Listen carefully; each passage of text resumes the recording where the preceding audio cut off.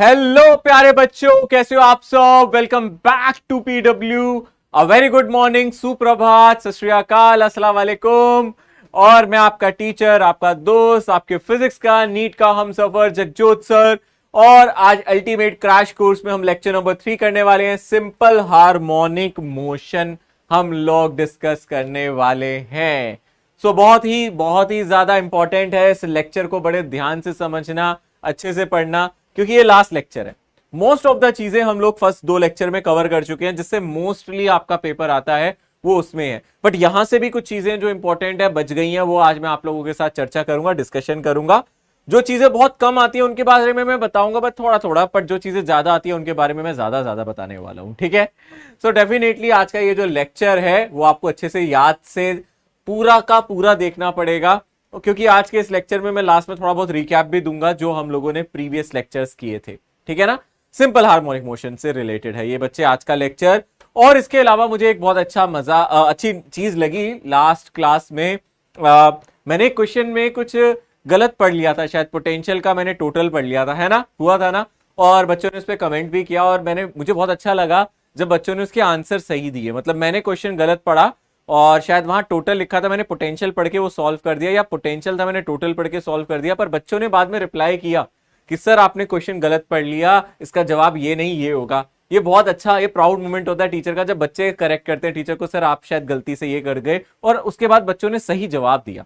पर मैंने आपको प्रॉमिस किया था, वो जो स्लाइड नंबर 14 थी शायद, वो मैं रिपीट करूंगा। तो मैं आज सबसे पहले उसी क्वेश्चन को कराऊंगा, फिर आगे की चर्चा करेंगे, ठीक है ना। सो ऐसे ही पढ़ते रहो। गॉड ब्लेस यू बच्चा, बहुत खुशी होती है जब आप लोग सही रिप्लाई करते हो, मुझे मजा आता है देखने में, ठीक है। सो आगे बढ़ते हैं, चर्चा करते हैं, आगे के सवालों पे चलेंगे। बट आपको आज मैं बता दूं, आज का जो मेन फोकस है वो है सिंपल पेंडुलम पे। कंपाउंड पेंडुलम के बारे में चर्चा करेंगे, यू शेप ट्यूब में ऑसिलेशन के बारे में करेंगे, टनल प्रॉब्लम करेंगे, और भी बीच में कुछ प्रॉब्लम्स है जो मैं आप लोगों के साथ चर्चा करूंगा, डिस्कशन करूंगा, ठीक है ना। तैयार, चलो। सबसे पहले तो हम क्या करें, उसी सवाल पे आते हैं। ये सवाल मैंने गलत पढ़ लिया था, है ना, और बच्चों ने मजे से कमेंट किया और बताया मुझे कि यहां क्या दिक्कत थी।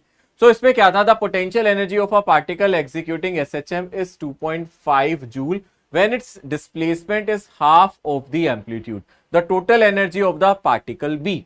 तो इसमें उसने क्या दिया था, इसमें उसने दिया था कि जो पार्टिकल है उसकी जो पोटेंशियल एनर्जी है, यानी कि हाफ के एक्स स्क्वायर, ये आपका पोटेंशियल एनर्जी का फॉर्मूला होता है ना, हाफ के एक्स स्क्वायर, वो आपको दे रखी है कितनी, 2.5। पर ये उसने बोला ये कब है, जब आपका जो x है वो एम्पलीट्यूड का हाफ दिया गया है, यानी कि a/2 दिया गया है। तो आप यहां से लिख सकते हो हाफ, और यहां से लिख सकते हो k, और यहां से आपका आ जाएगा a स्क्वायर डिवाइडेड बाई 4, ये आ जाएगा आपका 2.5।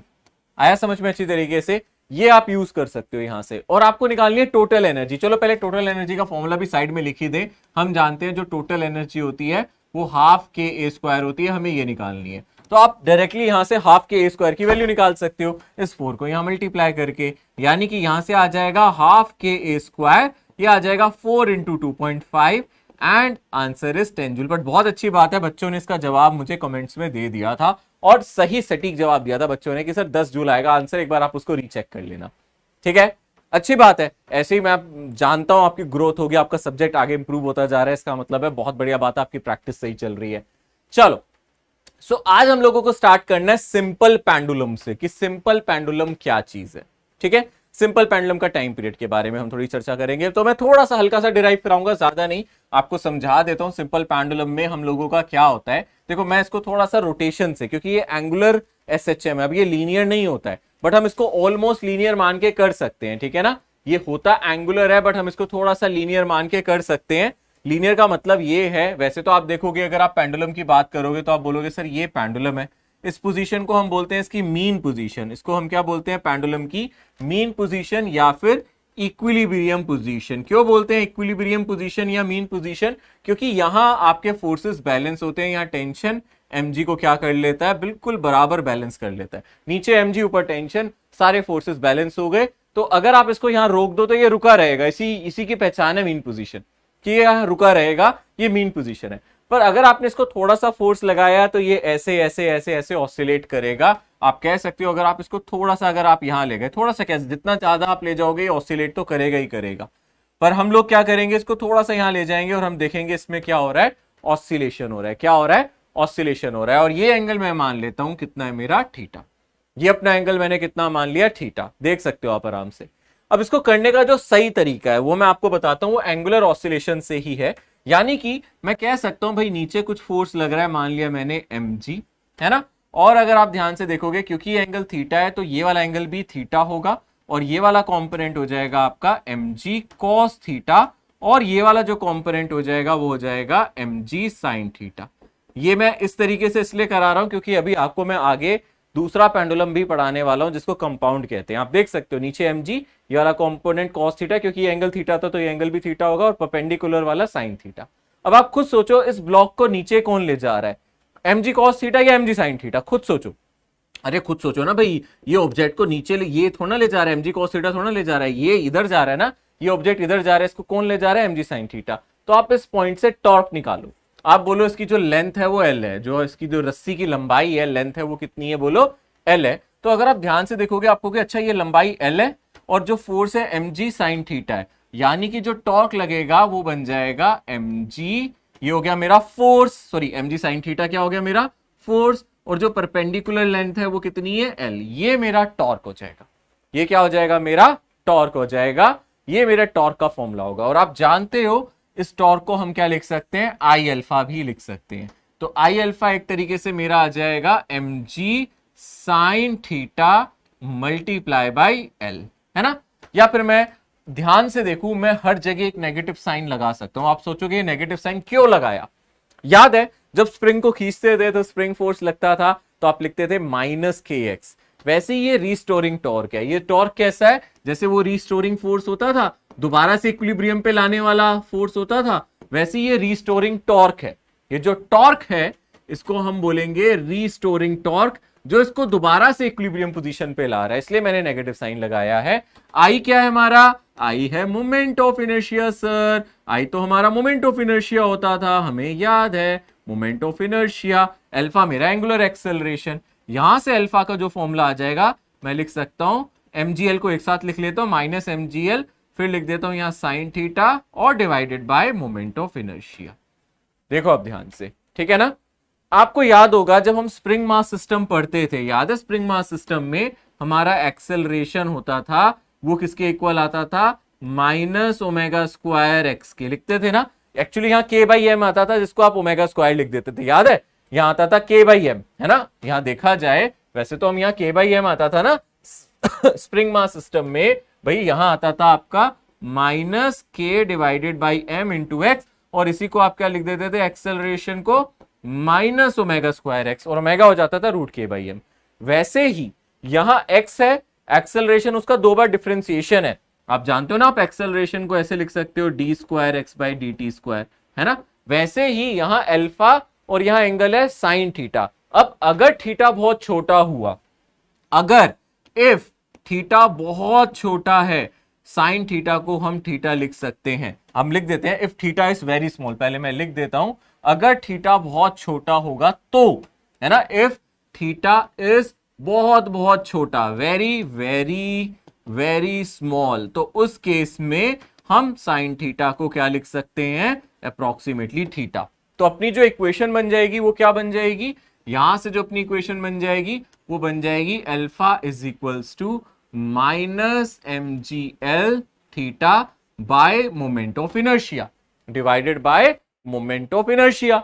और मोमेंट ऑफ इनर्शिया एक पॉइंट मास का L डिस्टेंस पे, बेटा एक्सिस ऑफ रोटेशन ये है ना हमारी, इसका कितना डिस्टेंस है L, तो कितना हो जाएगा, पॉइंट मास है ये, हमने कैसा मास माना है, पॉइंट मास माना है, मान लो इसका m मास है, तो इसका जो मोमेंट ऑफ इनर्शिया वो ml² है, यानी कि अल्फा आ जाएगा -mgl बाय ml², और यहां से थीटा, तो m से m कट जाएगा और यहां से एक l भी कट जाएगा, तो यहां से आ जाएगा -g/l थीटा। तो जैसे आप एक्सेलरेशन में देखते थे -k/m x आता था, तो k/m को आप लिख देते थे ω², जो भी x के साथ लगा है वो ω² होता था। यहां से भी यही करोगे, alpha is equals to -ω² theta लिखोगे।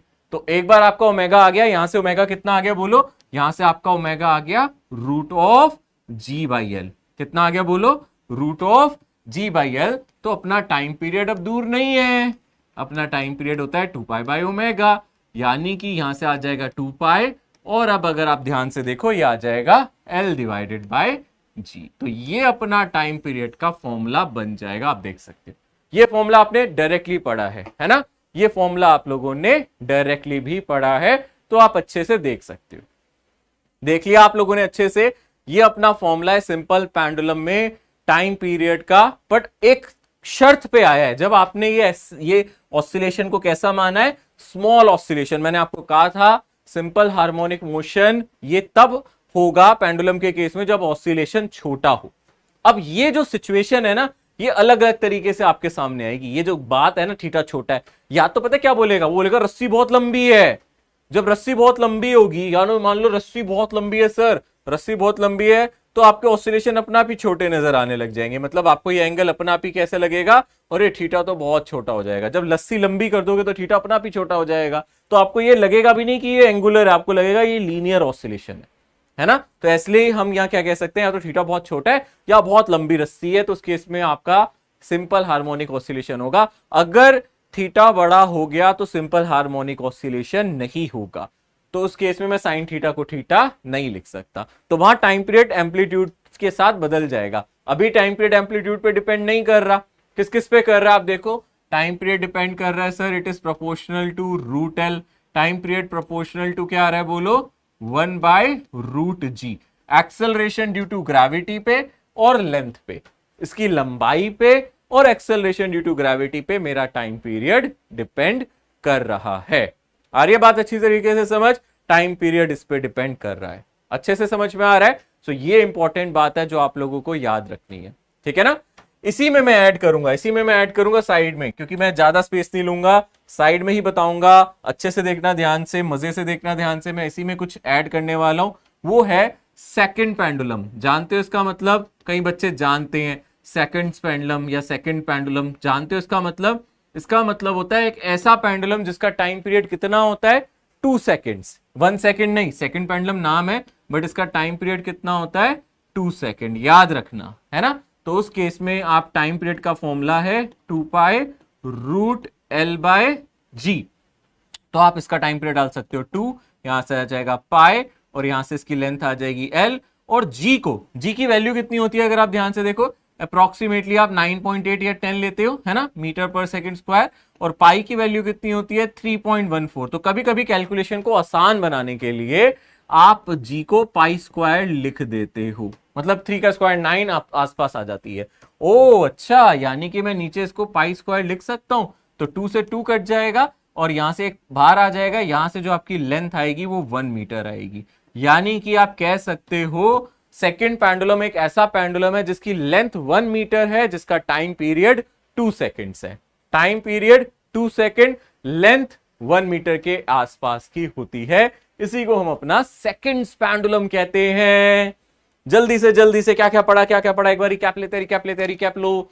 सिंपल पेंडुलम में हम इसको ऑसिलेट करा रहे हैं। क्या ये लीनियर है या एंगुलर है, लीनियर या एंगुलर? सर ये तो एंगुलर है, बट क्या हम इसको लीनियर मान सकते हैं? सर अगर लेंथ बहुत बड़ी हुई, एंगल बहुत छोटा हुआ, तो हमें लगेगा ही नहीं ये किसी ऊंचाई पे जा रहा है, मुझे लगेगा छोटा छोटा ऑसिलेशन हो रहा है, तो ये लीनियर है, एक ही लाइन में मूव करता हुआ नजर आएगा, है ना।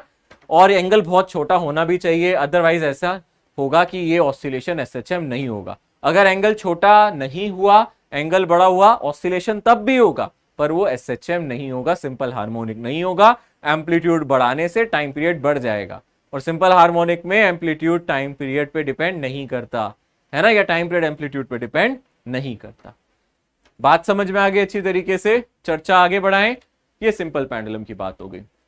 ओहो, सिंपल पेंडुलम को लिफ्ट के अंदर ले जाया जा रहा है अब, ठीक है ना। Simple pendulum inside a lift. चलो थोड़ी सी लिफ्ट करा दें, है ना, पेंडुलम को अब थोड़ी सी लिफ्ट करा दी जाए। अब हम एक लिफ्ट के अंदर हैं, हमने पेंडुलम को यहां टांग दिया, आप बोलोगे सर ऊपर लग रही थी टेंशन और नीचे है mg, अभी लिफ्ट चल नहीं रही है तो टेंशन mg को बैलेंस कर रहा है। फिर हमने लिफ्ट को ऊपर की तरफ एक्सेलरेट कराया, एक्सेलरेशन कहां है, ऊपर है, तो इफेक्टिवली नीचे की तरफ एक सूडो फोर्स लगता है, याद है, तो नीचे फोर्स हो जाएगा प्लस ma। जैसे ही ऊपर एक्सेलरेशन आया तो नीचे ये हो गया। अब अगर आप ध्यान से देखोगे, टेंशन के सामने टोटल एक्सेलरेशन कितना आ गया? आप बोलोगे सर ऊपर टेंशन है, और अगर आप नीचे देखो ध्यान से, नीचे बन जाएगा mg+a, है ना? नीचे क्या बन जाएगा? एक तरीके से mg+a। तो ये मेरी इक्विलिब्रियम पोजीशन है, यस और नो, है ना? अब अगर मैं इस पेंडुलम को ऑसिलेट कराऊंगा तो इसके पास जो एक्सेलरेशन होगा डाउनवर्ड डायरेक्शन में वो g के साथ साथ प्लस a भी होगा, यानी कि अब जो नेट एक्सेलरेशन नीचे है वो g नहीं है, g+a है। तो टाइम पीरियड का फॉर्मूला होगा वो बन जाएगा 2π√L डिवाइडेड बाय, अब जो मेरा एक्सेलरेशन है वो g की जगह g+a हो जाएगा। जो भी टेंशन के अपोजिट एक्सेलरेशन है, पहले टेंशन के ऊपर टेंशन था, नीचे mg था, टेंशन ऊपर था तो नीचे g था, अब टेंशन ऊपर है तो नीचे g+a है, यानी कि L डिवाइडेड बाय जो भी आपका इफेक्टिव ग्रेविटी है वो g+a हो जाएगी, बट ऊपर की तरफ अगर आपका एक्सेलरेशन हो। आया समझ में? पहला वाला पॉइंट क्लियर हो गया। लिफ्ट के अंदर क्या होगा? इसका मतलब आप कहोगे सर अच्छा तो लिफ्ट में ये भी होगा, अगर लिफ्ट हमारी नीचे की तरफ एक्सेलरेट कर रही हो तो फिर क्या होगा? अगर लिफ्ट मेरी नीचे की तरफ एक्सेलरेट कर रही होगी ए एक्सेलरेशन से, तो ऊपर टेंशन लगेगी और सूडो फोर्स लगेगा और नीचे लगेगा mg, है ना? तो अगर आप टेंशन को देखोगे ये सेकंड वाले केस में, तो आप बोलोगे ये बन जाएगा mg-a, क्योंकि एक दूसरे को बैलेंस कर रहे हैं, ये अभी भी इक्विलिब्रियम है। और अगर यहाँ ऑसिलेशन चालू कर दिया जाए, अपना ऑसिलेशन चालू कर दिया जाए, तो आप बोलोगे सर नेट एक्सेलरेशन आपका ये होगा, तो अपना जो टाइम पीरियड होगा, ये टी यहाँ टेंशन के लिए, देखो कंफ्यूज मत हो जाना, यहाँ टी मैंने टेंशन लिखा है, ये टी टाइम पीरियड है, मैं यहाँ टाइम पीरियड के लिए T0 लिख देता हूं, क्योंकि टेंशन मैंने कैपिटल टी से लिखी है, तो दोनों अलग अलग चीजें हैं, कहीं कंफ्यूज हो जाओ। ये टी मेरा टेंशन है, तो टाइम पीरियड के लिए क्या लिख रहा हूं मैं? T0, तो यहां से 2π√L डिवाइडेड बाय g-a। किसमें टाइम पीरियड बढ़ा? इसमें टाइम पीरियड कम हो गया, इसमें टाइम पीरियड बढ़ गया। फास्ट ऑसिलेशन कौन सा होगा? सोचो, जो ऑसिलेशन आपको लग रहा है जल्दी जल्दी हो रहा है, जिसका टाइम पीरियड कम है, कम का मतलब वो जल्दी जल्दी ऑसिलेट कर रहा है भाई, इसका टाइम पीरियड ज्यादा है, ये स्लो ऑसिलेशन है। आप कहोगे अच्छा इसका टाइम पीरियड बढ़ गया, अरे डिनोमिनेटर घट गया, तो ये टाइम पीरियड आपका घट गया, तो ये फास्ट ऑसिलेशन हो गया। Slow oscillation, fast. अब इसका जवाब मैं बच्चों से चाहूंगा, मैं देखना चाहूंगा क्या आप इसका जवाब कर सकते हो, सोच के बताना। ये अपनी लिफ्ट है ना? सवाल दे देता हूं मैं आपको, ये लिफ्ट है, ये अपना मास दे दिया, लेटस से आपको मास दे दिया 1 kg। क्या मास पे टाइम पीरियड डिपेंड कर रहा है? किसी भी क्वेश्चन में टाइम पीरियड लेंथ और जी पे डिपेंड कर रहा है ना, फिर भी चलो मास दे दिया। और मैंने बोला अब मेरा लिफ्ट नीचे जा रहा है ना, वेलोसिटी दे दी 2 मीटर पर सेकेंड, यूनिफॉर्म वेलोसिटी से जा रहा है, तो टाइम पीरियड बताओ बढ़ेगा या घटेगा, और इसकी लेंथ आपको L दे दी, तो टाइम पीरियड बढ़ेगा या घटेगा? सोचो, नीचे जा रहा है v वेलोसिटी से, नीचे जा रहा है v वेलोसिटी से 2 मीटर पर सेकेंड से, तो टाइम पीरियड का फॉर्मूला क्या हो जाएगा? √L डिवाइडेड बाय g+2 या -2, या फिर कुछ नहीं, कुछ नहीं, क्योंकि ये कांस्टेंट स्पीड से जा रहा है, एक्सेलरेशन 0 है, ना ऊपर है ना नीचे, लिफ्ट कहां जा रही है उससे फर्क नहीं पड़ता बाबा, एक्सेलरेट किस डायरेक्शन में कर रही है उससे फर्क पड़ता है भाई। यानी कि अगर यहां वेलोसिटी दे भी रहा है कांस्टेंट, तो एक्सेलरेशन 0 है, यानी कि अपना जो टाइम पीरियड है वो बदलेगा नहीं, 2π√L/g ही रहेगा। आया समझ में अच्छी तरीके से? लिफ्ट के अंदर ले गए, टाइम पीरियड नहीं बदला। गाड़ी के अंदर ले गए, मजा नहीं आया सर, अब तो गाड़ी में ले जाओ, ट्रक में ले जाओ, कार में ले जाओ, पेंडुलम को छोड़ेंगे नहीं सर, ठीक है ना? सो गाड़ी में ले गए, कार में ले गए, या फिर किसी ट्रॉले में, ठीक है ना, किसी ट्रॉले में रख दिया मैंने, ऐसे किसी ट्रॉली में जा रहा है, ये उसके ट्रक के टायर है, ट्रॉली के टायर है, और ये आगे की तरफ एक्सेलरेट कर रहा है ए एक्सेलरेशन से। तो सबसे पहली बात, अब जो आपका पेंडुलम है, अगर आप अंदर खड़े हो जाओगे ना, अगर आप देखोगे आपका पेंडुलम पहले तो ऐसे हो जाएगा तिरछा, समझ रहे हो ध्यान से, ऐसा हो जाएगा आपका पेंडुलम। ऐसा क्यों हो जाएगा? सोचने वाली बात है, सर ऐसा क्यों हो जाएगा? क्योंकि आप कहोगे मैं नॉन इनर्शियल फ्रेम में हूं, बाहर एक्सेलरेशन है, तो इस पे एक पीछे की तरफ फोर्स लगेगा, सूडो फोर्स ma, और नीचे की तरफ एक फोर्स लगेगा, वो क्या होगा? mg, और यहां लगेगा एक टेंशन, तो यहां से टेंशन इन दोनों के रिजल्टेंट को बैलेंस करेगी, इन दोनों का कुछ रिजल्टेंट आएगा। ये दोनों परपेंडिकुलर हैं, ma और mg परपेंडिकुलर है, यस और नो, है ना? तो इनका जो रिजल्टेंट है वो होगा m into a² g², ये हो जाएगा इसका जो रिजल्टेंट है। अरे √ma² + mg² आएगा यहां से, ma का whole square + mg whole square, m बाहर ले जा सकते हो, उसका रिजल्टेंट ले सकते हो। अगर दो फोर्सेस ऐसे हैं बच्चे, तो उनका रिजल्टेंट ऐसे आएगा ना, पाइथागोरस से जैसे हम निकालते थे, अरे पता है ना, root of A square plus B square plus 2ab cos theta होता है, बट इनके बीच में एंगल 90 है। अरे हाँ बोलो, हाँ पता है सर, ठीक है, यस सर पता है। तो अब मुझे बताओ टेंशन के अपोजिट डायरेक्शन में नेट एक्सेलरेशन कितना है? टेंशन तो इधर है, अब आपका एक्सेलरेशन नेट ये है। अब ये पेंडुलम का ये इक्विलिब्रियम पोजीशन है बेटा, ये पेंडुलम का कौन सा पोजीशन है बोलो? ये अब पेंडुलम का इक्विलिब्रियम है। ये पेंडुलम ऐसे ही रहने वाला है पूरे रास्ते, पर अगर आप इसको ऑसिलेट कराओगे तो आपने इसको थोड़ा सा धक्का मारा ऐसे, तो ये ऐसे ऐसे ऑसिलेट करेगा, मतलब ये पेंडुलम ऐसे आएगा और ऐसे आएगा। अब इसका ऑसिलेशन तिरछा होगा, ये ऐसे ऐसे ऑसिलेट करेगा, यानी कि ये ऐसे फिर ऐसे फिर ऐसे फिर ऐसे, ये ऐसे ऑसिलेट करेगा। बात समझ में आ रही है? मतलब ये पेंडुलम यहां से तो फिक्स है, ये ऐसे फिर ऐसे फिर ऐसे ऐसे ऐसे ऑसिलेट करेगा। इस पोजीशन से जितना ऊपर जाएगा उतना इधर आएगा, ठीक है। बट अपने को क्या चाहिए? अपने को चाहिए टाइम पीरियड, तो टाइम पीरियड हो जाएगा 2 पाई रूट ओवर अब L डिवाइडेड बाई आपका जो नेट एक्सेलरेशन है वो इस केस में हो जाएगा a square plus G square, A square plus G square. समझ में आया अच्छी तरीके से? ये आपका नेट एक्सेलरेशन हो जाएगा जब आप गाड़ी के अंदर ले जाओगे, ठीक है, अच्छे से समझ में आ गया? ये आपका नेट एक्सेलरेशन हो जाएगा बेटा, क्लियर है ना? ठीक है ना? ओके, समझ में आ रहा है? ऐसे ही सवाल बना देता है, वो कह देता है आप किसी सैटेलाइट में हो, मान लो ये आपकी अर्थ है ना, आप क्या कह रहे हो, आप ये अर्थ है, अब आप किसी सैटेलाइट में बैठ गए है ना, सैटेलाइट है भाई आपकी, ये कुछ सैटेलाइट है, बड़ी गंदी सी शेप बनाई है मैंने, ठीक है ना। जो सैटेलाइट के इंजीनियर है वो प्लीज मेरे पे देख के मुझे मारे पीटे ना कि सर ये कैसी सैटेलाइट बनाई है आपने, ठीक है। तो आपने कहा चलो सैटेलाइट के अंदर पेंडुलम लगा दो, तो वहां क्या होता है जब सैटेलाइट के अंदर पेंडुलम लगाते हो कि सैटेलाइट अब आपकी स्टेबल ऑर्बिट में घूम रही है, इसके अंदर अगर आप ध्यान से देखोगे नेट एक्सेलरेशन 0 होता है ना, नेट एक्सेलरेशन 0 क्यों होता है भाई? अगर आप सैटेलाइट के अंदर देखोगे, पेंडुलम को लगाओगे तो एक तो अर्थ खींच रही होगी ग्रेविटी से और दूसरा वो घूम रही है, तो उस पर एक सूडो फोर्स भी लगेगा, एक अंदर की तरफ ग्रेविटी लग रही होगी, एक सूडो फोर्स। जब आप अंदर खड़े होगे तो आप कहोगे सर नेट एक्सेलरेशन तो 0 हो रहा है, तो इस केस में अगर आप टाइम पीरियड लगाओगे तो आ जाएगा 2 पाई और रूट L डिवाइडेड बाई 0, यानी कि आपका टाइम पीरियड इनफाइनाइट आएगा। अब इनफाइनाइट टाइम पीरियड का मतलब क्या होता है सर? आप कहोगे सर इनफाइनाइट क्यों हो गया, नेट एक्सेलरेशन 0 इसलिए आ गया, पर इसका क्या मतलब होता है? इसका मतलब ये है, सोचो मजा आएगा, सोचो मान लो एक रस्सी है, आपने नीचे ऑब्जेक्ट को ऐसे टांगा है, ऐसे ऐसे मस्त ऑसिलेट करता है। सोचो ये रूम मेरा सैटेलाइट है ना, और मैं अर्थ के अराउंड घूम रहा हूं, तो मैं क्या करूंगा, इस रस्सी से जैसे ऑब्जेक्ट को यहां छोड़ूंगा ना, फिर मैं देखूंगा अभी आएगा नीचे, मैंने ऐसे छोड़ दिया, यहां किसी एंगल पे छोड़ दिया, मैंने क्या करा, इस एंगल पे जाके छोड़ दिया, फिर मैं वेट कर रहा हूं, देख रहा हूं अभी आएगा नीचे, अभी आएगा, आएगा ही नहीं नीचे, मैं वेट कर रहा हूं, आ रहा है आ रहा है आ रहा है, पर आ नहीं रहा वो नीचे, यानी कि इसको नीचे आने में जो टाइम लगेगा वो कितना लगेगा, 1 दिन 2 दिन या कितने दिन?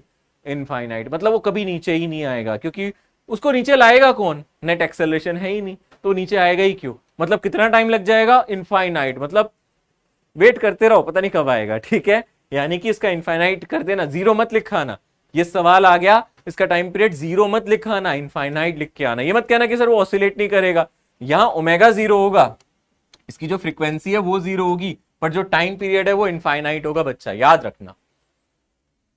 आगे बढ़ते हैं, कंपाउंड पेंडुलम फिजिकल पेंडुलम के बारे में चर्चा करते हैं। कंपाउंड पेंडुलम क्या होता है, फिजिकल पेंडुलम क्या होता है। अच्छा, बाकी जो पेंडुलम के क्वेश्चन है आप लोगों को मैंने डीपीपी में दिए हैं, वो इस तरीके के हैं, लेंथ को डबल कर दूंगा तो टाइम पीरियड पे क्या होगा, लेंथ को आधा कर दूंगा तो क्या होगा, ऐसे सवाल आप कर सकते हो। इसलिए मैंने नहीं कराया क्लास में, क्योंकि मुझे पता है वो आप कर लोगे, मैंने वो कराया जो आपको समझाना था मुझे, ठीक है। अब हम कंपाउंड पेंडुलम और फिजिकल पेंडुलम की बात कर रहे हैं। यानी कि अभी तो पेंडुलम की अच्छी खासी एक शेप होती थी, एक धागे से बांध देते थे नीचे एक ऑब्जेक्ट को, पॉइंट ऑब्जेक्ट को। अब ऐसा नहीं है, अब किसी भी चीज को अगर आप घुमाओगे, मान लो ये बोतल है, ये भी एक कंपाउंड पेंडुलम है, मैंने ऊपर से पकड़ा, ये ऐसे ऐसे ऑसिलेट करा दिया, ये कंपाउंड पेंडुलम है। यहां से पकड़ के भी ऑसिलेट करा सकता हूं, तो ये क्या बन गया, एक कंपाउंड पेंडुलम बन गया। यानी कि कोई भी आर्बिट्री शेप का ऑब्जेक्ट जब ऑसिलेट करेगा तो कंपाउंड पेंडुलम बनेगा। तो आपने कहा अच्छा सर कोई भी आर्बिट्री शेप का ऑब्जेक्ट ले लो, मैंने ले लिया, एक आर्बिट्री सी शेप का ऑब्जेक्ट ले लिया, है ना, आम जैसा लग रहा है ये, ठीक है। मैंने कहा अब इसको मैंने पेंडुलम मान लिया अपना, इसको कंपाउंड पेंडुलम बोलेंगे। मैंने बोला मान लो यहां से मैंने इसको पिन अप कर दिया और ये अब ऐसे ऐसे यहां से पिन कर दिया, भाई ऐसे ऐसे ऑसिलेट कर रहा है, यानी कि थोड़ी देर बाद ये मुझे ऐसा नजर आया, है ना, ये थोड़ी देर बाद मुझे ऐसा नजर आया, थोड़े टाइम बाद मुझे ये ऐसा नजर आया, यहां से मैंने इसको पिन अप किया हुआ है, ठीक है ना, समझ में आ रहा है। यानी कि एक्सिस ऑफ रोटेशन यहां से पास कर रही है। तो मैंने कहा अच्छा इसका मतलब है ये किसी एंगल से तो घूमा है, ये किसी एंगल से रोटेट कर गया होगा, यानी कि ये किसी एंगल से घूम गया, मान लो कितने एंगल से घूम गया, थीटा से। समझ में आ रहा है ना अच्छी तरीके से? पहले कैसे था और अब बाद में कैसे है, नजर आ रहा है ना सबको? बाद में ये व्हाइट कलर से ऐसे, मतलब किसी एंगल पे आ गया यार, ठीक है ना? पहले ऐसे था, अब ये थोड़ा सा टेढ़ा हो गया, तिरछा हो गया। कितने एंगल से घुमा दिया आपने? थीटा एंगल्स, ठीक है ना? अब मैं थोड़ा साइड में बना के दिखा देता हूं कि भाई ये अब थोड़ा सा किसी एंगल पे आ चुका होगा, ये रोटेट कर चुका होगा। एक सेकेंड, डायग्राम से कॉम्प्रोमाइज नहीं, डायग्राम दोबारा बना देंगे, कोई दिक्कत नहीं है, अपने को समझ में आना चाहिए बस, है ना? तो हमने बोला ठीक है, यहां से हमने पिनअप किया था, तो भाई अगर आप वर्टिकल एक्सिस से बात करो तो वर्टिकल एक्सिस से आपने कितने एंगल पे घुमा दिया इसको? थीटा एंगल पे। कितने एंगल पे घुमा दिया? बोलो, थीटा एंगल पे, ठीक है? अब आप बोलोगे इसका कहीं ना कहीं सेंटर ऑफ मास होगा बच्चे। यहाँ क्या है इसका? Centre of mass. यहाँ क्या लोकेटेड है इसका? Centre of mass. यहां से नीचे फोर्स लगेगा mg। सेंटर ऑफ मास से हमेशा नीचे क्या लगता है? बोलो, mg, है ना? तो mg का कंपोनेंट होगा, आपको पता है ये एंगल थीटा है, तो आप बोलोगे जैसे पहले किया था पेंडुलम में, हाँ सर ये mg cos थीटा हो जाएगा, और यहां से एक फोर्स लगेगा, ये क्या हो जाएगा? mg sin theta. यहां से जो फोर्स लगेगा वो कितना हो जाएगा अपना? mg sin theta. समझ में आ रहा है? mg cos थीटा और दूसरा कंपोनेंट mg sin थीटा हो जाएगा, ठीक है? ये जो एक्सिस ऑफ रोटेशन है और जहां सेंटर ऑफ मास है, इन दोनों के बीच की दूरी को मैं L लिख रहा हूं। समझ में आ रहा है? L कौन सा डिस्टेंस ले रहा हूं मैं? L वो दूरी है जो जहां से मैं इसको ऑसिलेट करा रहा हूं, जहां सेंटर ऑफ मास है, इनके बीच में कुछ दूरी है ना? L का मतलब है डिस्टेंस बिटवीन, क्या है बोलो? ये किसका डिस्टेंस है? Distance between centre of mass and axis of rotation, जहां से ये रोटेट कर रहा है, एक्सिस ऑफ रोटेशन, इन दोनों के बीच की ये जो दूरी है ना, ये लंबाई है, ये हमने L मान ली, ठीक है? थोड़ा सा इसको सीधा बना देते हैं, एक सेकेंड, थोड़ा सा टेढ़ा बन गया, दूर जाके पता चलता है लाइन सीधी है या टेढ़ी है, थोड़ा सा दूर जाके देखा ना मैंने, हाँ अब ठीक है ना? हाँ सही है। अब मुझे एक बात बताओ, अब यहां दोबारा से टॉर्क निकाल लोगे जैसे पहले निकाला था? सेम कहानी आपको कैसे? तो बिल्कुल वैसे ही हो गया। यहां से टॉर्क कितना आ जाएगा सर? जैसे आपने पहले निकाला था, पर नेगेटिव साइन लगा देना, रिस्टोरिंग टॉर्क है, वही आ जाएगा mgl sin थीटा, है ना? और अगर आप ध्यान से देखोगे टॉर्क को लिख सकते हो फिर सर वही चीज I अल्फा, यहां से आ जाएगा mgl sin थीटा। ये तो बराबर सर वही आ गया जो आपने सिंपल पेंडुलम में किया था, ये तो बिल्कुल सेम ही आ गया। हाँ ये तो सेम ही आ गया, mgl by I, और ये आ गया sin थीटा। फिर sin थीटा को हटाने के लिए मैंने थीटा कैसा मान लिया था? बहुत छोटा, यानी कि मैं sin थीटा को थीटा लिख रहा हूं जब थीटा कैसा है? बोलो, स्मॉल है। कैसा स्मॉल है? छोटा है या फिर बहुत छोटा है? बहुत छोटा है। जब थीटा बहुत छोटा है तो मैं ऐसे लिख सकता हूं। यही मैंने सिंपल पेंडुलम में, ये मैंने सिंपल पेंडुलम में भी किया था, बट सिंपल पेंडुलम में मोमेंट ऑफ इनर्शिया मुझे पता था ml², क्योंकि पॉइंट मास था, रस्सी का तो कोई मास था ही नहीं। पर यहां से इस ऑब्जेक्ट का मोमेंट ऑफ इनर्शिया हमें पता होना चाहिए। अब ऑब्जेक्ट का अगर आपको मोमेंट ऑफ इनर्शिया पता है तो आप यहां से आराम से सॉल्व कर सकते हो। कहने का मतलब है आप कहोगे अच्छा, यानी कि यहां से आप अल्फा को ये लिख सकते हो -ω² थीटा, यानी कि अपना ओमेगा ऑलरेडी आ गया है। ओमेगा कितना आ गया? √mgl divided by I। अब मोमेंट ऑफ इनर्शिया डाल दो और आपके सामने आंसर आ जाएगा। ये तो बहुत सिंपल है ना? अरे सर कंपाउंड पेंडुलम तो बहुत आसान है, ये तो बिल्कुल सिंपल पेंडुलम जैसा ही है, उसी का बड़ा भाई है। और अच्छी बात है, ये तो फॉर्मूला हम पहले भी पढ़ चुके हैं, दो बार डेरिवेशन हो गई, मजा आ गया सर, है ना? तो अब ये याद रहेगा? हाँ सर याद रहेगा, कोई दिक्कत वाली परेशानी वाली बात है नहीं। तो अलग अलग ऑब्जेक्ट्स के लिए मैं ये निकाल के आपको दिखा भी सकता हूं, ठीक है ना? कई बार आपके एग्जाम में हो सकता है सीधा फॉर्मूला ही आ जाए। कई बार वो क्या करता है, आई को ऐसे लिख देता है, ध्यान से समझना, आई को लिख देता है moment of inertia from centre of mass axis plus mass into L², है ना? क्योंकि आप ध्यान से देखो, आपकी एक्सिस ऑफ रोटेशन ये है, वो इस एक्सिस से रोटेट नहीं कर रहा जो सेंटर ऑफ मास से पास कर रही है, पर वो कह रहा है यहां का मोमेंट ऑफ इनर्शिया अगर ICM है तो यहां से जो मोमेंट ऑफ इनर्शिया होगा वो तो यही होगा ना, ICM प्लस ml²। तो आप वो कर सकता है। और फिर इसको लिख देता है m into radius of gyration, जिसको स्मॉल k कहते हैं, बट मैं k डालूंगा तो बच्चे यहां मेरे से फिर लड़ेंगे, सर आपका k और r एक जैसा लगता है। ऐसी गलती नहीं करूंगा मैं, पिटाई पड़ जाएगी तुम्हारी, है ना? अगर किसी ने कमेंट में लिखा ना, पिटाई कर दूंगा मैं, ठीक है? नहीं कर रहा मैं, k नहीं लिख रहा, देख लो भाई, ठीक है? सो किससे लिखूं? चलो रेडियस ऑफ गायरेशन को स्मॉल s से लिख दूं, अब तो ठीक है। s तो मेरा k जैसा नहीं नजर आता ना भाई तुम्हें, मजे लेते हो तुम लोग, है ना? ये आ जाएगा ms² प्लस ml²। s क्या है? मेरा रेडियस ऑफ गायरेशन, जब एक्सिस मेरी सेंटर ऑफ मास से पास कर रही हो, तो यहां से आ जाएगा ms² प्लस l²। तो ये आप इसमें डाल सकते हो। पर आपका यहां तक भी आंसर आ चुका है, आप घबराओ मत, यहां तक भी ठीक है। पर हो सकता है आप लोगों को कोई ऑप्शन इस तरीके से दे दे कि आई को हटा के वो लिख दे सेंटर ऑफ मास से आपको मोमेंट ऑफ इनर्शिया पता है प्लस एम एल स्क्वायर, और एल तो आप जानते ही हो distance between axis of rotation और सेंटर ऑफ मास है। तो अब इसमें अगर आप डाल दोगे तो आपका एक फॉर्मूला बन जाएगा ना, थोड़ा देखने में सुंदर लगेगा। और क्या है, आप कहोगे हाँ यहाँ कुछ ऐसा बन जाएगा एम जी एल और नीचे एम और S square plus L square. Sir M तो कट गया, तो एम पे डिपेंड करता भी नहीं है बेटा, तो ये कट गया, ये आ जाएगा G L divided by S square plus L square, ठीक है ना। सो अपना ओमेगा ये आ जाएगा, फिर टाइम पीरियड आप लिख दोगे 2 पाई बाय ओमेगा, बस इतना सा है ना। पर अपन लोग यहां से भी कर सकते हैं, अपने सवाल को यहां से भी चालू कर सकते हैं, ठीक है ना। बात समझ में आ गई अच्छी तरीके से, ओके। चलो आगे बढ़ते हैं कि सर सवाल किस तरीके से आएंगे। बार पेंडुलम क्या होता है, बार पेंडुलम बताओ सर, बार पेंडुलम क्या होता है। बार का मतलब है एक रॉड को ऐसे ऐसे रोटेट कराना, यानी कि यहां आपके पास एक मेटेलिक रॉड है ना, ये जैसे रॉड है ना, ये आपकी एक मेटल की रॉड है। तो आपने एक रॉड को लिया या स्टिक को लिया, रॉड या फिर आप इसको स्टिक कह सकते हो, इसको ऑसिलेट करा रहे हो, आप कहीं से भी करा सकते हो।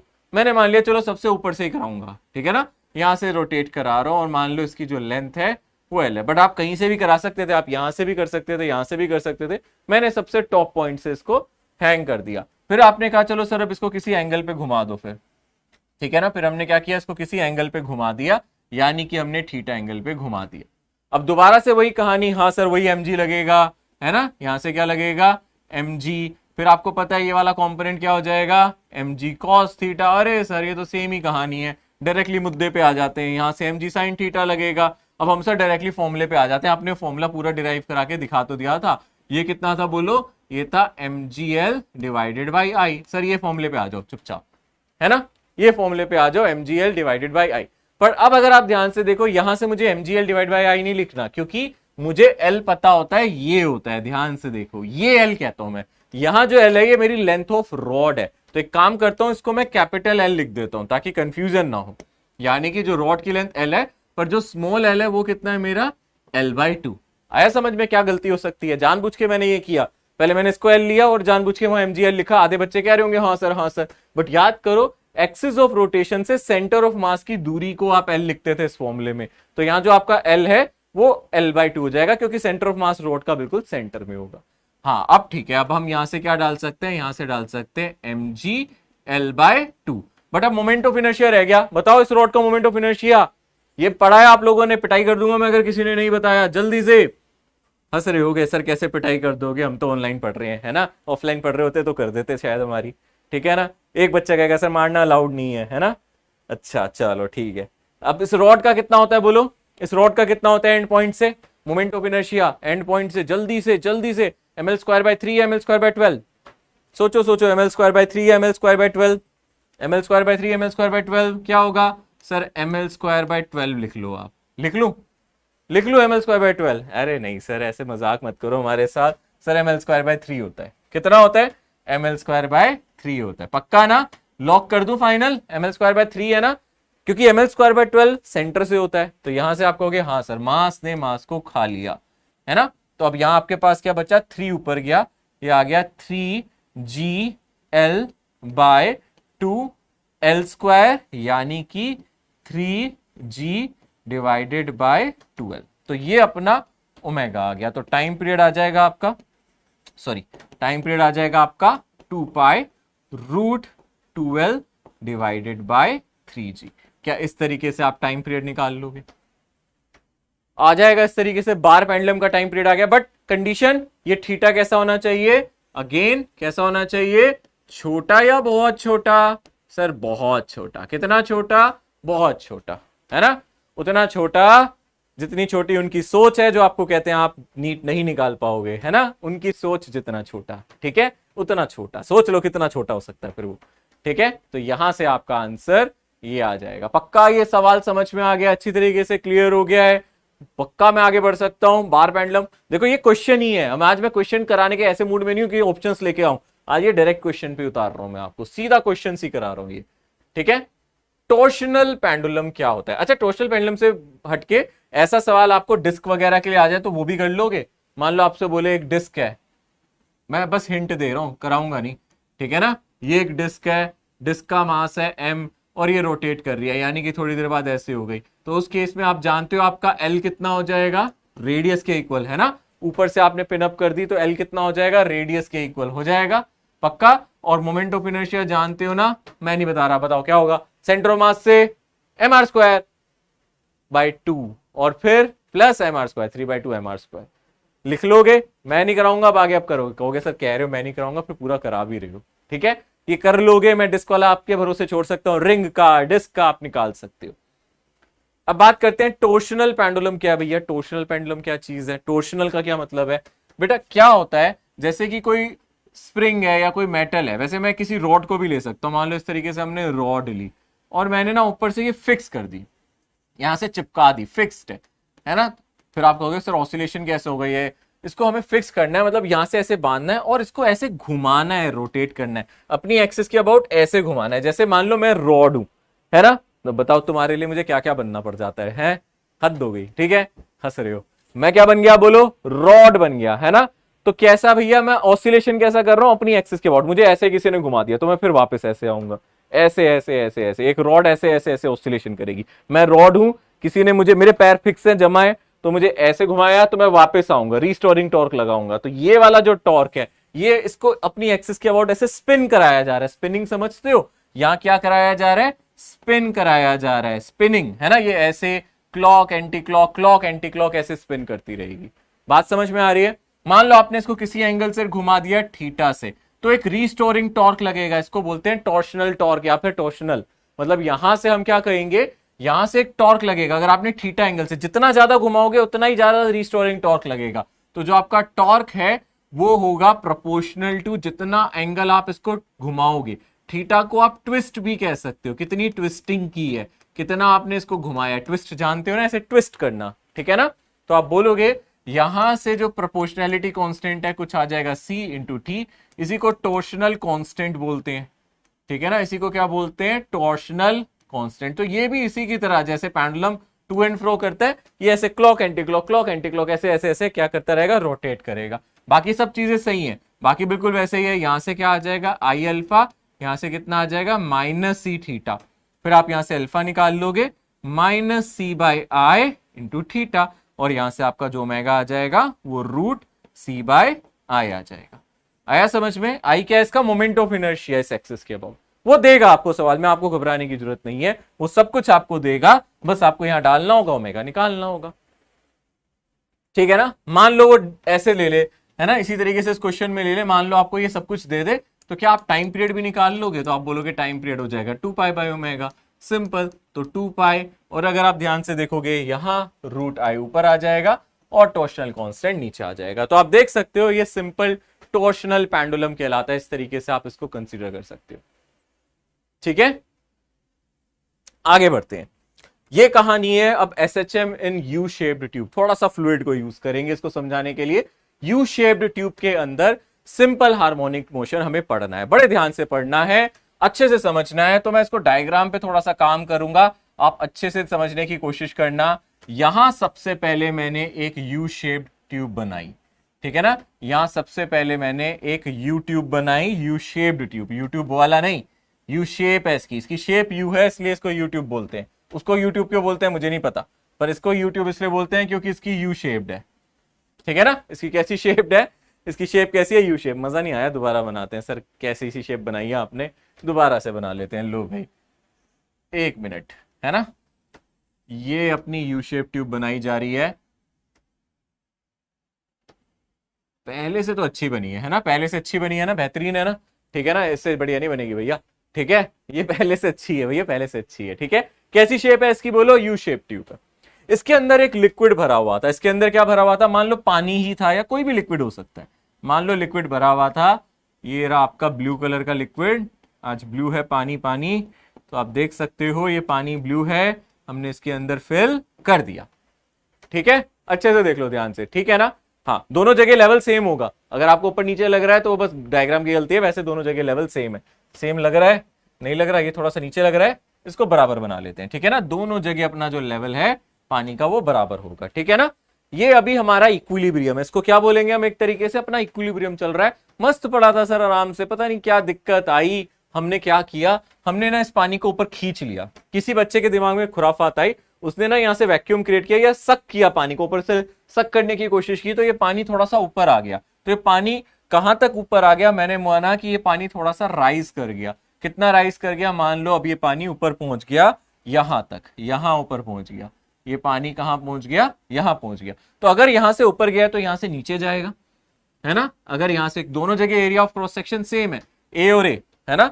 दोनों जगह मेरा जो एरिया ऑफ क्रॉस सेक्शन है वो सेम है, ए और ए। तो अगर यहां से पानी आपका ऊपर गया है तो यहां से पानी नीचे जाएगा, है ना। यहां से आपका पानी अगर ऊपर गया है, यहां से आपका पानी अगर ऊपर गया है तो यहां से आपका पानी नीचे की तरफ जाएगा। समझ में आ रहा है अच्छी तरीके से। जितना यहां से ऊपर गया, मान लो यहां से कुछ ऊपर गया y, उतना ही यहां से नीचे जाएगा यानी कि y। तो आपका जो फाइनल लेवल है वो आपका बदल जाएगा।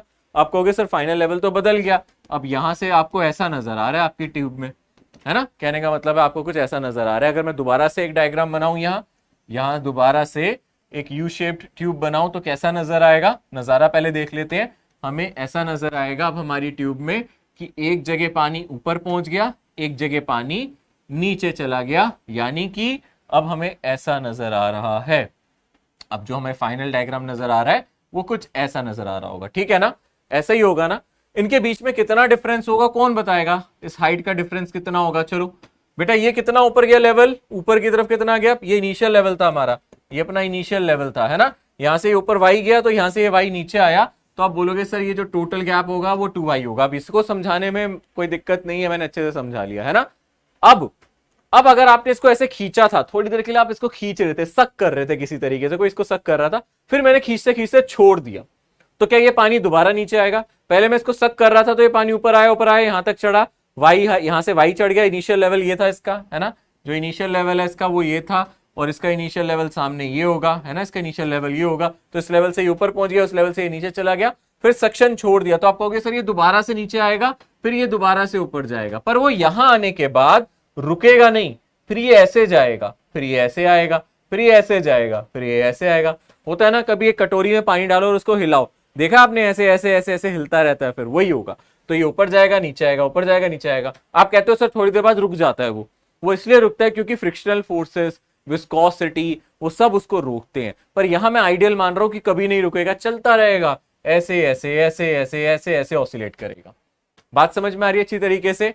क्या ये बात अच्छे से क्लियर हो गई, आपको अच्छे से समझ में आ गई।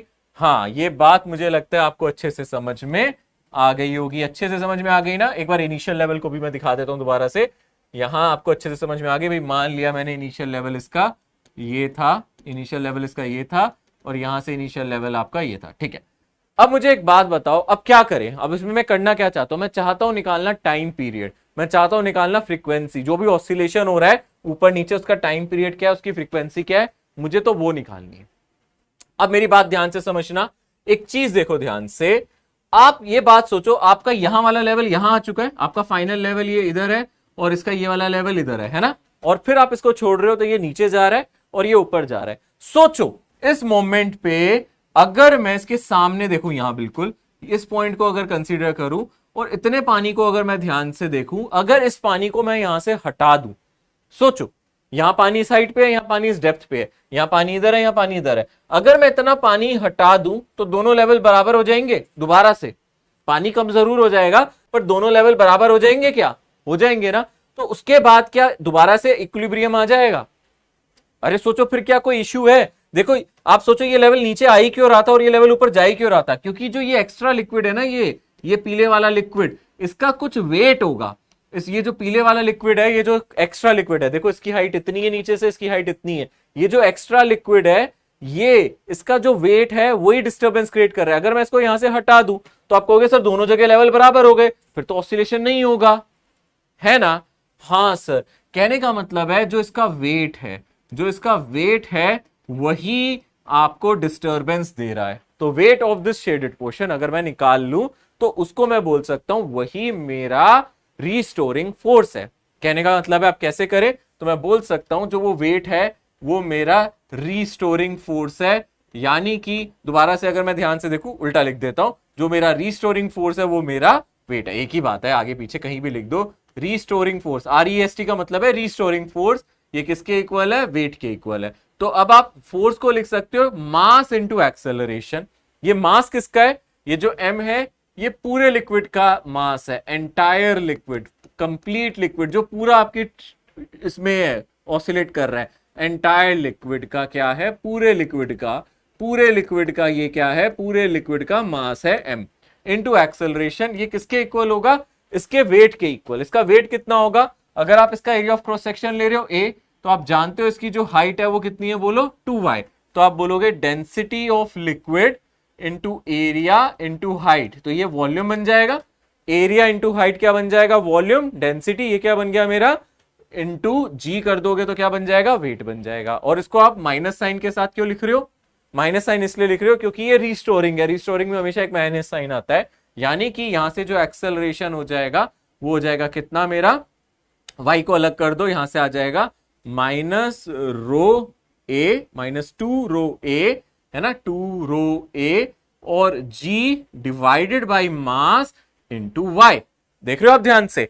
अब इस y को अलग देखो और इसके साथ जो भी चीज लगी है वो क्या बन जाएगी, ओमेगा स्क्वायर, मतलब a आ जाएगा माइनस ओमेगा स्क्वायर वाई, जैसे एसएचएम में हर बार करते हैं। एक्सेलरेशन डिस्प्लेसमेंट के प्रोपोर्शनल होना चाहिए, यही तो कंडीशन है ना एसएचएम की, acceleration is proportional to minus displacement. अब डिस्प्लेसमेंट एक्स डायरेक्शन में हो रहा है तो एक्स, वाई डायरेक्शन में हो रहा है तो वाई, तो जो साथ में लगा होता है उसको ओमेगा स्क्वायर कहते हैं। यानी कि यहां से जो मेरा ओमेगा होगा वो होगा root over 2 area into G divided by mass. ये m क्या है, पूरे लिक्विड का मास। तो अगर आप टाइम पीरियड निकालोगे तो ये आ जाएगा 2m root m 2 pi root m 2 rho a और g। तो ये अपना टाइम पीरियड है। एक बार मैं इसको अच्छे से देख लूं कि मैंने कुछ गलत तो नहीं लिखा। मैं बहुत पास खड़ा होता हूं जब बोर्ड के, तो मैं एक बार देख जरूर लेता हूं कि कुछ गलत ना लिख दिया। बिल्कुल सही है, हमने वेट को बोला, यही एक्स्ट्रा वेट हमारा डिस्टर्बेंस क्रिएट कर रहा है। और वेट निकालने के लिए मैंने टोटल हाइट, यानी कि इन दोनों के बीच का जो हाइट डिफरेंस है, इसको एरिया से मल्टीप्लाई किया और डेंसिटी से मल्टीप्लाई किया और जी से किया, और फिर यहां से मैंने वाई को अलग कर दिया। जो भी चीज बची उसको क्या डाल दिया हमने, बोलो ओमेगा स्क्वायर डाल दिया। तो आप देख सकते हो ऐसे टाइम पीरियड आ गया। अच्छे से देख लो, ठीक है ना, ओके, समझ में आ गया, क्लियर है। ये इस तरीके से आपको कोई सवाल आ सकता है, आप कर सकते हो, ठीक है। आगे बढ़ते हैं। एसएचएम इनसाइड अर्थ टनल, अर्थ के अंदर भी एसएचएम होता है अगर आप अर्थ में टनलिंग कर दो। यानी कि सबसे पहले हम अपनी अर्थ को बनाते हैं, है ना, धरती माता को बनाया जाए। ये अपनी अर्थ है, ये अपनी धरती माता है, ठीक है ना, ये अपनी अर्थ है, ये अपनी धरती माता है। इनको हमने बना दिया, ये उसका सेंटर है। मान लो मैंने टनलिंग की, यहां से मैं खुदाई करता हुआ गया, यहां से खुदाई करते हुए दूसरी साइड पहुंच गया। बताओ ऐसे पॉसिबल है नहीं, इतनी लंबी कोई टनल बनाना आसान नहीं है, यहां से नॉर्थ पोल से साउथ पोल तक, बताओ, है ना।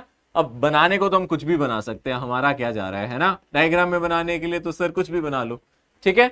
और अगर आप ध्यान से देखो, ये सेंटर है और ये अर्थ का क्या हो जाएगा, रेडियस। ये क्या हो जाएगा, आपके अर्थ का रेडियस हो जाएगा, ठीक है ना। अब एक फॉर्मूला है, क्योंकि अभी आपने ग्रेविटेशन मुझसे पढ़ा नहीं है तो मैं उसका फॉर्मूला डायरेक्टली यूज करूंगा ताकि आपको रिजल्ट याद करा सकूं। इतना याद रखना बच्चे, अगर आप सेंटर से देखोगे, मान लो कोई ऑब्जेक्ट यहां है ना, तो इसका डिस्टेंस मैंने यहां सेंटर से ले लिया स्मॉल r। सरफेस से इस डिस्टेंस को बोलते हैं d, है ना, सरफेस से जो ये डिस्टेंस होता है इसको बोलते हैं d। मान लो ऑब्जेक्ट यहां है, इस d को बोलते हैं हम डेप्थ। d का मतलब क्या होता है, बोलो हमारी डेप्थ। ये जो d है वो क्या है, मेरी डेप्थ। और r डिस्टेंस कहां से ले रहा हूं, सेंटर से ले रहा हूं। बात समझ में आ रही है। यहां एक्सेलरेशन ड्यू टू ग्रेविटी का फॉर्मूला होता है, आपको यह बता देता हूं, एक्सेलरेशन ड्यू टू ग्रेविटी। अगर आप देखो, आप ये ग्रेविटेशन में डायरेक्ट पढ़ोगे तो मैं वहां रिकैप करा दूंगा, तो घबराना मत। अगर नहीं समझ में आएगा तो मैं वहां दोबारा बताऊंगा, तो घबराना मत। पर मैं आपको अभी भी फॉर्मूला बता देता हूं। एक्सेलरेशन का यहां फॉर्मूला होता है g, और यहां से फॉर्मूला होता है 1 minus D divided by R. और आप इसी फॉर्मूले को लिख सकते हो g into small r divided by capital R, क्योंकि कैपिटल R मेरा ये टोटल रेडियस अर्थ की है ना, और सेंटर से जहां मैंने ऑब्जेक्ट अपना कंसीडर किया है, यहां अपना ऑब्जेक्ट कंसीडर किया है, इस डिस्टेंस को मैं बोलता हूं स्मॉल r, ठीक है ना। सो एक्सेलरेशन का ये फॉर्मूला है, और एक्सेलरेशन हमेशा टूवर्ड्स द सेंटर लगता है। अगर ऑब्जेक्ट यहां होगा तो एक्सेलरेशन ऊपर लगेगा। तो इस तरीके से जैसे एसएचएम में होता है ना, ये भी वैसे ही है। तो आप इस इक्वेशन को देखोगे ध्यान से, तो ये बिल्कुल इक्वेशन वैसी बन गई, acceleration is equals to minus G divided by R into small R.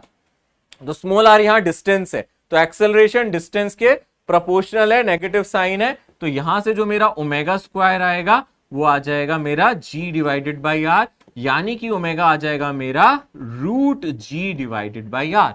तो जो मेरा टाइम पीरियड होगा वो होगा 2 pi root R divided by g। तो ये मेरा टाइम पीरियड है। कहने का मतलब है अगर आप इस टनल में कोई कॉइन डाल दो तो वो कॉइन यहां जाएगा, यहां जाएगा, यहां जाएगा, यहां जाएगा, जाएगा जाएगा जाएगा, फिर वापस आ जाएगा। सोचो आप यहां खड़े हो, आपका मोबाइल गिर गया, आप पढ़ रहे थे, आपका मोबाइल गिर गया, तो मोबाइल गिरा, यहां गिरा गिरा गिरा गिरा गिरा गिरा गिरा गिरा, पर आप सोचोगे, आप रो रहे होगे, आप रोगे, अरे यार मोबाइल गया मेरा। बट घर आने की बात नहीं है, नीचे जाके फिर ये मोबाइल दोबारा से आपके हाथ में आ जाएगा कुछ 85 मिनट के बाद, या पता नहीं कुछ टाइम होता है जिसके बाद ये वापस आपके अप्रोक्सीमेटली, वो मैं आपको दोबारा बताऊंगा। बट अभी के लिए आप इतना समझो, यहाँ एक्सेलरेशन की वजह से ये नीचे जाएगा, SHM करेगा, फिर वापस आपके हाथ में आ जाएगा। ठीक है ना, ये मोबाइल आपके हाथ में दोबारा आ जाएगा। तो जो टाइम पीरियड है वो है 2 पाई रूट आर बाई जी। इस टाइम के बाद आपके हाथ में आ जाएगा। अब रेडियस ऑफ अर्थ आप जानते हो, जी की वैल्यू आपको पता है 9.8, इसके हिसाब से आप निकाल सकते हो। ठीक है ना। अच्छा, अब क्वेश्चन आप लोगों को कंफ्यूज क्या करते हैं, अगर मान लो ये टनल, कोई कहे कि सर टनल ऐसे नहीं ऐसे कर सकते हैं, अरे भाई फर्क नहीं पड़ता, ये तो मैंने बना दी सीधी, फर्क थोड़ा पड़ता है आप यहां से यहां टनल करो या यहां से यहां टनल करो, पृथ्वी तो स्फीयर है। अरे हाँ या ना, है ना, फोर्स तो हमेशा सेंटर की तरफ ही लगेगा ना, आप ऐसे टनल करोगे तो भी सेम ही आंसर आएगा, तो भी एक्सेलरेशन, ये आपका सेंटर पॉइंट है, फोर्स हमेशा सेंटर की तरफ होगा। जब ऑब्जेक्ट यहां आएगा तो स्पीड मैक्सिमम होगी, जैसे पहले कर रहे थे, तो भी आपका आंसर सेम आएगा। याद रखना, कैसे भी टनल कर दो, ऐसे टनल कर दो, ऐसे टनल कर दो, फिर आप ऐसे टनल कर दो, तो भी एक ही बात है, तो भी आंसर सेम आएगा। ठीक है ना, कैसे भी टनल कर दो। अच्छा सर ऐसे कर देंगे तो थोड़ा जाएगा, कई बच्चे कहेंगे हाँ सर ऐसे कर देंगे ऐसे थोड़ा जाएगा, यहाँ कॉइन छोड़ूंगा तो यहीं रुक जाएगा। अरे भाई कॉइन सेंटर की तरफ जाएगा, ऐसे जाके वापस आ जाएगा, ये गलती में मत रहना। अब ये मत कहना यहाँ तो मैं खड़ा ही नहीं हो सकता, वाली बात मत करना छोटे बच्चों वाली। ठीक है ना, समझ में आ रहा है, टनल कैसे भी कर दो आंसर सेम रहेगा। फिर आप कहोगे सर अगर टनल, अभी तक तो आप डायमीटर के हिसाब से कर रहे थे, अगर मैं ऐसे कर दूं टनल तो चलेगा, अगर मैं टनल ऐसे कर दूं तो चलेगा। अरे तो भी देखने में लग रहा है, आपको देखने में लग रहा है, एक्चुअली इसका एम्पलीट्यूड बदल जाएगा। इस केस में तो आपका एम्पलीट्यूड रेडियस के इक्वल है, आप जब यहां ऑसिलेशन कर रहे हो जो आपका एम्पलीट्यूड है वो रेडियस के इक्वल है, अर्थ की रेडियस के इक्वल है। एम्पलीट्यूड किसके इक्वल है, रेडियस ऑफ अर्थ के इक्वल है ना, रेडियस ऑफ अर्थ की जो रेडियस है पृथ्वी की उसके इक्वल है। बट अगर मैं ऐसे टनल करूं तो आपका इस सेंटर पॉइंट के अबाउट SHM होगा, ऐसे ऐसे, यानी कि अगर आपने कोई यहां छोड़ा तो यहां जाएगा, ऐसे करके वापस आएगा, आपका एम्पलीट्यूड बदल जाएगा, पर आपका टाइम पीरियड का फॉर्मूला नहीं बदलता। पर मैं डिराइव नहीं कराऊंगा, कहीं सोचो डिराइव करना है, नहीं डिराइव नहीं करना, क्योंकि फायदा नहीं है, क्योंकि सवाल इतना सिंपल ही आता है हर बार। इवन जेईई मेंस में ऐसा सवाल आया है सिंपल, तो आपसे ये बोलेगा कि सर यहां भी होगा, अच्छा एम्पलीट्यूड अलग होगा पर टाइम पीरियड तो यही होगा ना। एम्पलीट्यूड निकालने के लिए आपको कुछ ना कुछ दे देगा, मान लो ये सेंटर है, आपको हो सकता है ये डिस्टेंस दे दे, हो सकता है ये दे दे, ये आपका रेडियस दे दे, हो सकता है ये डिस्टेंस d दे दे, तो आप एम्पलीट्यूड निकाल सकते हो यहाँ से। यहाँ से जो आपका एम्पलीट्यूड होगा वो √r² माइनस d² आएगा, कोई दिक्कत नहीं है। एम्पलीट्यूड तो यही हो गया ना, सेंटर से यहां तक का डिस्टेंस, सेंटर से यहां तक का डिस्टेंस, कोई दिक्कत नहीं है, वो कोई प्रॉब्लम नहीं है। द थिंग इज कि टाइम पीरियड आपका सेम रहेगा, तो इसको लिख लो। तो टनल वाले में आपको टाइम पीरियड का फॉर्मूला पता चल चुका है। एम्पलीट्यूड अगर ऐसे वाला टनल होगा, यहां से लेके एक कोने से दूसरे कोने तक सेंटर से होते हुए जाओगे अर्थ के, ऐसे टनल करोगे तो एम्पलीट्यूड रेडियस ऑफ अर्थ के इक्वल होगा। अगर आप किसी एंगल पे करोगे या कुछ करोगे तो आप एम्पलीट्यूड मैथ से कैलकुलेशन से निकालोगे। चांसेस बहुत कम है एम्पलीट्यूड पूछने के लिए, ये पूछा जा सकता है, तो ये याद रखो, सिंपल क्वेश्चन आएगा और कुछ ज्यादा मुश्किल नहीं आएगा। ठीक है, ओके। एक और कॉन्सेप्ट है जो आप लोगों का फ्लूइड से रिलेटेड है। फ्लूइड के अंदर कैसे अगर कोई ऑब्जेक्ट फ्लोट कर रहा है तो वो किस तरीके से SHM करता है, उस पे ये सवाल है। देखो सवाल में क्या दे रहा है, a cuboidal piece of wood has a dimension A, B and C. Its relative density is D. It is floating in a large body of water such that side A is vertical. It is pushed down a bit and release the time period of SHM. सवाल को समझते हैं। वो कह रहा है एक container है, एक बीकर है, एक कंटेनर है, इसके अंदर अपन लोगों ने एक लिक्विड डाला हुआ है, इसके अंदर एक लिक्विड है इस तरीके से, और एक ऑब्जेक्ट को इसके अंदर हमने डाल दिया, मान लो एक क्यूबॉइड है ना, एक क्यूबॉइड है, हमने इस तरीके से इस क्यूबॉइड को डाल दिया। ठीक है ना, इस तरीके से हमने इस क्यूबॉइड को डाल दिया। अब ये आराम से फ्लोट कर रहा था, है ना, ये क्या कर रहा था, इसके अंदर आराम से फ्लोट कर रहा था, कोई प्रॉब्लम नहीं थी। हम डाल देते हैं इसको एक बार दोबारा से, ये आराम से फ्लोट कर रहा था। तो मैं दिखा देता हूं, मान लो ये ऐसे है ना, यहां से इस तरीके से पानी के अंदर है, कुछ पोर्शन इसका पानी के अंदर है, कुछ पोर्शन पानी के बाहर है। मैंने आपको बोला था कितना फ्रैक्शन पानी के अंदर होता है, बोलो रिलेटिव डेंसिटी जितना, है ना। तो आप कहोगे सर इसका कुछ पोर्शन इसका पानी के अंदर होगा, है ना, कुछ पानी के अंदर होगा और कुछ पानी के बाहर होगा, ठीक है। फिर इस टाइम पे उसने बोला है जो इसका ये वाला साइड है ना, ए वाली, वो वर्टिकल है। कहने का मतलब है उसने बोल दिया ये जो साइड है ये अपनी ए है, यानी कि एक साइड इसकी बी होगी और एक साइड आपकी इसकी कैसी हो जाएगी, सी। तो ये आपकी डायमेंशन हो जाएंगी ए बी सी, ठीक है। उसने बोला ये सब कुछ बैलेंस हो रहा था। यहां आप जानते हो क्या हो रहा होगा, फ्लोट कर रहा है, मतलब ऑब्जेक्ट की डेंसिटी लिक्विड की डेंसिटी से ज्यादा है या कम है, सोचो, फ्लोट कर रहा है। ऑब्जेक्ट की डेंसिटी लिक्विड की डेंसिटी से कम है सर, ठीक है, फ्लोट कर रहा है, बढ़िया, मस्त। फिर क्या हुआ, किसी ने परेशान किया, इसको थोड़ा सा दबाया, कंप्रेस किया। कंप्रेस करने से ये थोड़ा सा नीचे चला गया, यानी कि ये थोड़ा सा नीचे चला गया, ये थोड़ा सा पहले से नीचे चला गया, पहले ऊपर था, अब ये थोड़ा सा नीचे की तरफ पुश कर दिया गया इसको, तो ये थोड़ा सा नीचे चला गया।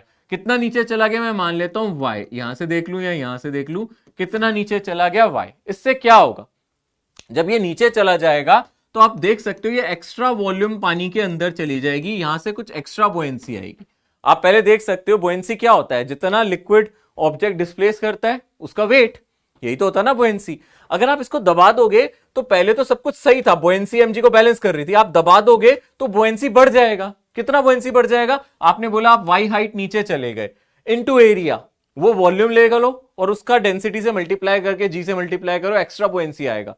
कहने का मतलब है आप इसको दबाओगे तो एक्स्ट्रा लिक्विड डिस्प्लेस करेगा। कितना एक्स्ट्रा लिक्विड डिस्प्लेस करेगा, y इंटू एरिया, है ना। एरिया कितना लिया जाएगा, देखो सरफेस एरिया इसका कौन सा लिया जाएगा, b इंटू सी, क्योंकि इसका ये वाला एरिया तो लिया जाएगा। तो आप बोलोगे अच्छा हाँ, क्रॉस सेक्शन एरिया हो जाएगा हमारा ये। कहने का मतलब है कितना वॉल्यूम एक्स्ट्रा आप लोगों ने डिप कर दिया, कितना वॉल्यूम डिप किया आपने, एक्स्ट्रा डिप किया, जो मैं एक्स्ट्रा भी लिख देता हूं। पहले तो बैलेंस था ही, पहले भी कुछ वॉल्यूम पानी में था ही, एक्स्ट्रा कितना आ गया, y इंटू ए, यानी कि y मल्टीप्लाई बाय एरिया को मैं क्या लिख सकता हूं, b इंटू सी। समझ में आ रहा है अच्छी तरीके से। ए एरिया था, ए का मतलब मैंने यहां बोल लिया एरिया था, तो एरिया को तो आप b इंटू सी लिखोगे ना, इसलिए तभी दे दिए ये साइड हमारी स्मॉल a है, ये वाली साइड b इंटू सी है, ताकि हमें पता चल जाए, ठीक है।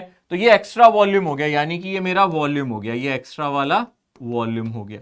तो आप बोलोगे तो अब जो इसको ऊपर लाएगा वो एक्स्ट्रा बुएंसी है, यानी कि अगर ये अब ऊपर आएगा वो इसलिए आएगा क्योंकि ऊपर की तरफ एक एक्स्ट्रा बुएंसी लग रही है, तो एक्स्ट्रा बुएंसी जो है वही हमें चाहिए। तो एक्स्ट्रा बुएंसी निकालने के लिए हम क्या करेंगे, बोलो डेंसिटी ऑफ लिक्विड, है ना, हम लिख सकते हैं डेंसिटी ऑफ लिक्विड इनटू जो एक्स्ट्रा वॉल्यूम आया है multiply by extra volume into g, यानी कि हम लिख सकते हैं density of liquid. Extra volume की जगह में क्या लिख सकता हूं, बोलो हमारे पास एरिया है बीसी और हम कितना नीचे ले गए एक्स्ट्रा y, तो ये आ गया ना हमारा y into B C multiply by g, है ना, y into B C multiply by g. थोड़ा इसको अच्छे से लिख देता हूं, ये आ जाएगा मेरा y, ठीक है ना, y into B into C multiply by g. दिख रहा है अब आपको अच्छे से। सो ये किसके इक्वल हो जाएगा, फोर्स किसके इक्वल होता है, मास इंटू एक्सेलरेशन के। यहां किसका मास है, जो ऑस्सिलेट करता है ऑब्जेक्ट उसका मास लेते हैं। मैंने बताया था यहां मास उसका लेते हैं, स्प्रिंग मास सिस्टम में हम किसका मास लेते थे, जो स्प्रिंग होता है उसका, या फिर जो ऑब्जेक्ट ऑस्सिलेट करता है उसका, जो ऑब्जेक्ट ऑस्सिलेट करता है उसका। तो यानी कि ये किसका मास है, ब्लॉक का मास है, ये ब्लॉक का मास है। ब्लॉक के मास को क्या लिख सकते हैं, डेंसिटी ऑफ ब्लॉक, है ना, इनटू इसका वॉल्यूम। ये क्या हो जाएगा, डेंसिटी ऑफ ब्लॉक। मैं इसको क्या लिख देता हूं, डेंसिटी ऑफ ब्लॉक को मैं किसी और सिंबल से लिख दूं ताकि आपको समझ में आ जाए। 1 सेकेंड, मैं इसको ऐसे लिख देता हूं, पूरा ही लिख देता हूं, डेंसिटी ऑफ ब्लॉक, है ना, मल्टीप्लाई बाय इसका वॉल्यूम। ब्लॉक का वॉल्यूम होगा ABC, length breadth into height, है ना, इनटू आपका एक्सेलरेशन। भाई अब ध्यान रखना एक्सेलरेशन के लिए आप एक काम करो, आपको योर सिंबल यूज कर लो, ए नॉट लिख लो। एक्सेलरेशन के लिए मैंने ए नॉट लिख दिया, नहीं तो आप इन दोनों ए में कंफ्यूज हो जाओगे, ठीक है। यहां से आपको एक नेगेटिव साइन लगाना पड़ेगा। क्यों लगाना पड़ेगा, क्योंकि वो ऊपर की तरफ है, यानी कि अब आप यहां लिखोगे minus rho L Y B C g. तो यहां से कुछ कट रहा है, आप देख सकते हो, बीसी से बीसी कट जाएगा। और अगर आप ध्यान से देखोगे यहां से जो एक्सेलरेशन आएगा ए नॉट, वो कितना आ जाएगा, वो आपका आ जाएगा minus density of liquid divided by density of block, है ना, divided by density of block. और क्या है ऊपर मल्टीप्लाई में, देखो अगर आप ध्यान से देखोगे ऊपर है g और y को तो हमेशा अलग रखना है आपको, और नीचे क्या आ जाएगा बोलो ध्यान से, a आ जाएगा नीचे, है ना, एक a भी आ जाएगा नीचे, ध्यान से देखो। a एक्सेलरेशन नहीं है बच्चे, वो डायमेंशन वाला a है, एक्सेलरेशन के लिए मैंने a नोट लिया है। तो y के साथ जो चीज लगी है इसको आप ओमेगा स्क्वायर कहते हो, है ना, तो आप बोलोगे अच्छा, यानी कि अपना ओमेगा स्क्वायर आ जाएगा density of liquid into g density of block multiply by A, है ना। और कुछ है ऊपर अगर आप ध्यान से देखोगे, और कुछ नहीं है, बीसी बीसी कट गए थे हमारे, तो यही बचा था। अब आप ध्यान से देखो इसको क्या लिख सकते हैं हम लिख सकते हैं यहां से जी, और एक अगर आप ध्यान से देखोगे नीचे देखोगे यहां डेंसिटी ऑफ ब्लॉक, है ना, divided by density of liquid, नीचे ले जा सकता हूं ना रो एल को, और इसको ले सकता हूं ए। ऐसा क्यों किया, क्योंकि आपको सवाल में स्मॉल डी दिया है। स्मॉल डी का मतलब है जो भी डेंसिटी ऑफ ब्लॉक होगी by density of liquid, relative density इसी को कहते हैं, इसलिए ऐसा किया। तो आप बोलोगे अच्छा, इसको हम लिख सकते हैं g divided by small d into A. तो यहां से आपका ओमेगा आ जाएगा, यहां से आपका ओमेगा आ जाएगा root over G divided by D A. तो क्या टाइम पीरियड निकाल लोगे, बताओ मुश्किल है क्या? नहीं सर, टाइम पीरियड आ जाएगा 2 पाई बाय ओमेगा, यानी कि डी ए डिवाइडेड बाय जी। ठीक है, कोई आंसर जो इससे मैच कर रहा हो, आपको नजर आ रहा हो, इतनी कैलकुलेशन करने के बाद, इतनी मेहनत करने के बाद, क्या कोई जवाब है हमारे सामने? हाँ, इसको जल्दी करना है हमें एग्जाम में। आप जल्दी कैसे करेंगे एग्जाम में, आपको बस इतना याद रखना है, बहुत सिंपल है। आपको बस बेटा यही करना है, एक्स्ट्रा बुएंसी को आपको इक्वेट करना है मास इनटू एक्सेलरेशन से। और मास किसका होगा, जो ऑब्जेक्ट ऑसिलेट कर रहा है उसका मास। उसका मास निकालने के लिए उसकी डेंसिटी इनटू उसकी वॉल्यूम, और उसके बाद बुएंसी निकालने के लिए लिक्विड की डेंसिटी इनटू जो आपने एक्स्ट्रा डिप किया है ना बेटा, वाई डिस्टेंस, जो भी आप एक्स्ट्रा डिप कर रहे हो उसको एरिया से मल्टीप्लाई कर दो। यहां एरिया दिया था, कई बार एग्जाम में आपको बीसी नहीं देके एरिया दे देता, तो यहां मैंने बीसी को यहां बीसी से कैंसिल कर दिया। हो सकता है एग्जाम में वो कैंसिल ना हो, तो अलग आंसर आ जाएगा। बट यहां तक आपका बेसिक स्टेप है, अगर आप यहां तक कर लोगे तो चीजें आसान हो जाएंगी। बस आपको मास को density of block into volume of block लिखना है, और यहां से इसको सब्स्टिट्यूट करना है। इस केस में ये बीसी बीसी कट गया। हो सकता है एग्जाम में आप लोगों को ये दे दे, मतलब इसका मास दे दे या फिर कुछ और दे दे, तो बस इस इक्वेशन तक अगर आप आ जाओगे तो y के साथ, स्मॉल y के साथ जो भी चीज लगी है उसको ओमेगा स्क्वायर डालना है। इतना याद रखो, जो भी चीज आपकी y के साथ लगी है उसको ओमेगा स्क्वायर डालना है, फिर वहां से ओमेगा निकालना है, time period 2 pi by omega हो जाएगा। ठीक रहे हो, इसको ध्यान से देख रहे हो? चले आगे बढ़े, इसका जवाब आ जाएगा ये। एक और सवाल आप देख सकते हो, कुछ पोटेंशियल एनर्जी को यूज करके हमने यहां रखा है। देखो क्या है, a body of mass m is situated in a potential field. ये हमें पोटेंशियल फील्ड दिया है, where u nought and alpha are constant, the time period of small oscillations is. ठीक है, स्मॉल ऑसिलेशन का टाइम पीरियड पूछ रहा है। पोटेंशियल एनर्जी और फोर्स एक दूसरे से जुड़े हुए। पोटेंशियल एनर्जी और फोर्स ऐसे जुड़े हैं जब हम फोर्स को इंटीग्रेट करते थे, याद है आपको? पोटेंशियल एनर्जी निकालने के लिए हम करते थे minus F dot D x या एफ डॉट डी एक्स करके, चेंज इन पोटेंशियल एनर्जी आप minus integration F D x कर सकते हो। वैसे ही अगर आप फोर्स निकाल रहे हो तो आप क्या लिख सकते हो, minus differentiation D you divided by D x. इसको आप यूज कर सकते हो। ये एक बार पहले भी हमने क्वेश्चंस में किया है, एसएचए में नहीं, प्रीवियस चैप्टर्स में किया है, अगर आपको याद हो। तो यहां से हम क्या कर सकते हैं, इसको डिफरेंशिएट कर सकते हैं। अगर आप ध्यान से देखोगे, फोर्स को निकालने के लिए हम लिख सकते हैं minus D by D X, और हमारे पास पोटेंशियल एनर्जी कितनी है, U nought 1 minus cos alpha X. देख रहे हो ध्यान से? देखो ध्यान से, बहुत सिंपल है, बस डिफरेंशिएशन करना ही है। उसके बाद तो फोर्स को आप मास इनटू एक्सेलरेशन लिख सकते हो ना। तो यहां से डिफरेंशिएट करो, यहां से कितना आ जाएगा, इस साइन को भूल जाओ अभी, माइनस को पहले यहां ध्यान से देखो। डिफरेंशिएशन करोगे किसका, अगर आप ध्यान से देखोगे 1 का आ जाएगा 0, कॉस अल्फा एक्स का आ जाएगा माइनस साइन अल्फा एक्स, और माइनस पहले से बैठा है तो आप देखो पहले यहां से अगर आप डिफरेंशिएट करोगे, यहां से पहले लिख लो माइनस यू नॉट, और अंदर डिफरेंशिएट करोगे तो यहां से कितना आ जाएगा, साइन अल्फा एक्स, और मल्टीप्लाई बाई एक अल्फा आएगा जिसको मैं अलग से लिख देता हूं, एक अल्फा आएगा। तो आप देख सकते हो यहां से आ जाएगा minus u naught alpha sine alpha x. ये अपना एमए का फॉर्मूला आ गया, ये मास इनटू एक्सेलरेशन आ गया। ठीक है, अब क्या करें, अब यहां से अगर आप एक्सेलरेशन निकालोगे तो एक्सेलरेशन आ जाएगा आपका minus u naught alpha divided by m. But यहां अभी भी क्या आ रहा है, साइन अल्फा एक्स आ रहा है ना, क्या आ रहा है, साइन अल्फा एक्स आ रहा है। फिर आपको याद है साइन को हटा सकते हैं, क्योंकि जब एंगल छोटा हो तो हम साइन अल्फा एक्स को क्या लिख सकते हैं, सिर्फ अल्फा एक्स। साइन थीटा को सिर्फ थीटा लिख सकते हैं, तो साइन अल्फा एक्स को अल्फा लिख सकते हैं। तो आप लिख सकते हो माइनस यू नॉट अल्फा, तो साइन अल्फा एक्स को अल्फा एक्स अगर आप लिख दो, डिवाइडेड बाई एम कर दो, तो देखो यहां से एक्सेलरेशन कितना आ जाएगा, minus u naught alpha square by m. But ये एक्स को अलग कर दो, तो आपको पता है एक्स के साथ जो लगा है वो सारा ओमेगा स्क्वायर हो जाएगा, तो यहां से ओमेगा आ जाएगा root u naught alpha square by m, और टाइम पीरियड हो जाएगा 2 पाई बाय ओमेगा, तो यहां से आ जाएगा 2 पाई, और ऊपर आ जाएगा m divided by you naught alpha का स्क्वायर। देखो ध्यान से, आराम से देखो, क्या मुश्किल है इसमें, कुछ सोचो, थोड़ा सा मेहनत, थोड़ी सी मेहनत करनी है। याद रखना पोटेंशियल एनर्जी वाला क्वेश्चन आ सकता है, पोटेंशियल एनर्जी दे दे और फिर आपसे टाइम पीरियड पूछे, तो याद रखना डिफरेंशिएट करना है अपने को, फोर्स से इक्वेट कर देना है, डिफरेंशिएट कर देना है, और उसके बाद बस साइन थीटा अगर कहीं है तो उसको थीटा लिख देना, ठीक है, नहीं है तो बहुत ही अच्छी बात है, ठीक है ना, पक्का पक्का हो जाएगा, ऐसा क्वेश्चन आएगा, मैं मान के चल रहा हूं ये सवाल आप कर लोगे। इसका सवाल का जो जवाब है ये इससे मैच कर रहा है ना बेटा, तो इसका आंसर 2 आ जाएगा। ये सवाल पहले भी मैं करा चुका हूं, एक बार रिकैप करा रहा हूं, ठीक है ना। अब ये जो हमने नए नए कॉन्सेप्ट्स काफी सारे पढ़े हैं, बट ये वाले सवाल अब रिपीट हो रहा है, अगर आप ध्यान से देखोगे। मैं लास्ट में डैम्पिंग के बारे में भी थोड़ा सा बताऊंगा, बट ज्यादा उससे क्वेश्चन आते नहीं है, बट फॉर्मूला बताऊंगा उसका मैं। बट इस सवाल को एक बार ध्यान से देखो, ये सवाल आप पहले भी कर चुके हो ऐसे वाले।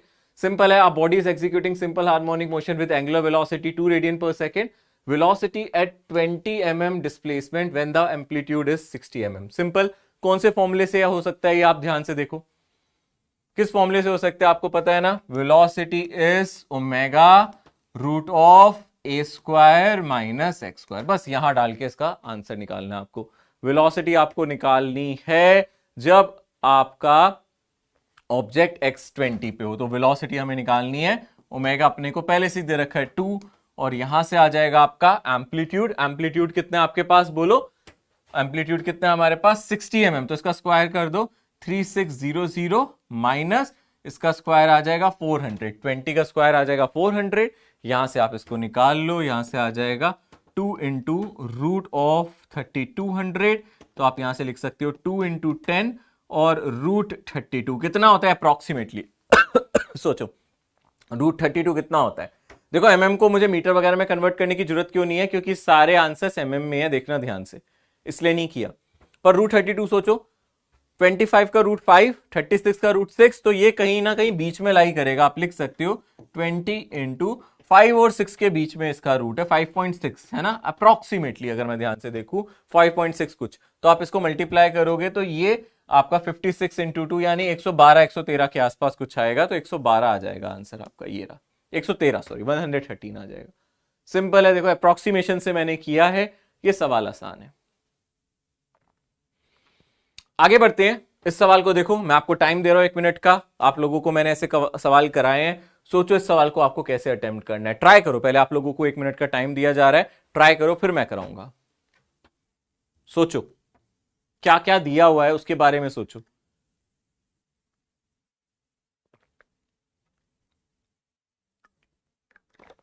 कैसे करें इस सवाल को, सोचो कैसे अटेम्प्ट करेंगे इस क्वेश्चन को, क्या क्या दिया है पहले ये सोचो, क्या क्या दिया है इसमें। बोला भाई अ body of mass 5 gram, it is executing SHM about a point with amplitude हमें दे रखा है, और इसकी मैक्सिमम वेलोसिटी दी है। मैक्सिमम वेलोसिटी से ओमेगा आ जाएगा ना, वी मैक्स का फॉर्मूला याद करो, क्या होता था बोलो, हाँ सर ए ओमेगा होता था, यानी कि आ गया 100, एम्पलीट्यूड अपने पास 10 है, देखो यूनिट सेम है तो डरने की जरूरत नहीं है, वो भी 10 सेंटीमीटर है, ये भी 100 सेंटीमीटर पर सेकेंड है, तो घबराने की जरूरत नहीं है। ओमेगा आपका ऐसा यूनिट में ही आएगा, यानी कि 10 रेडियन पर सेकेंड आ गया।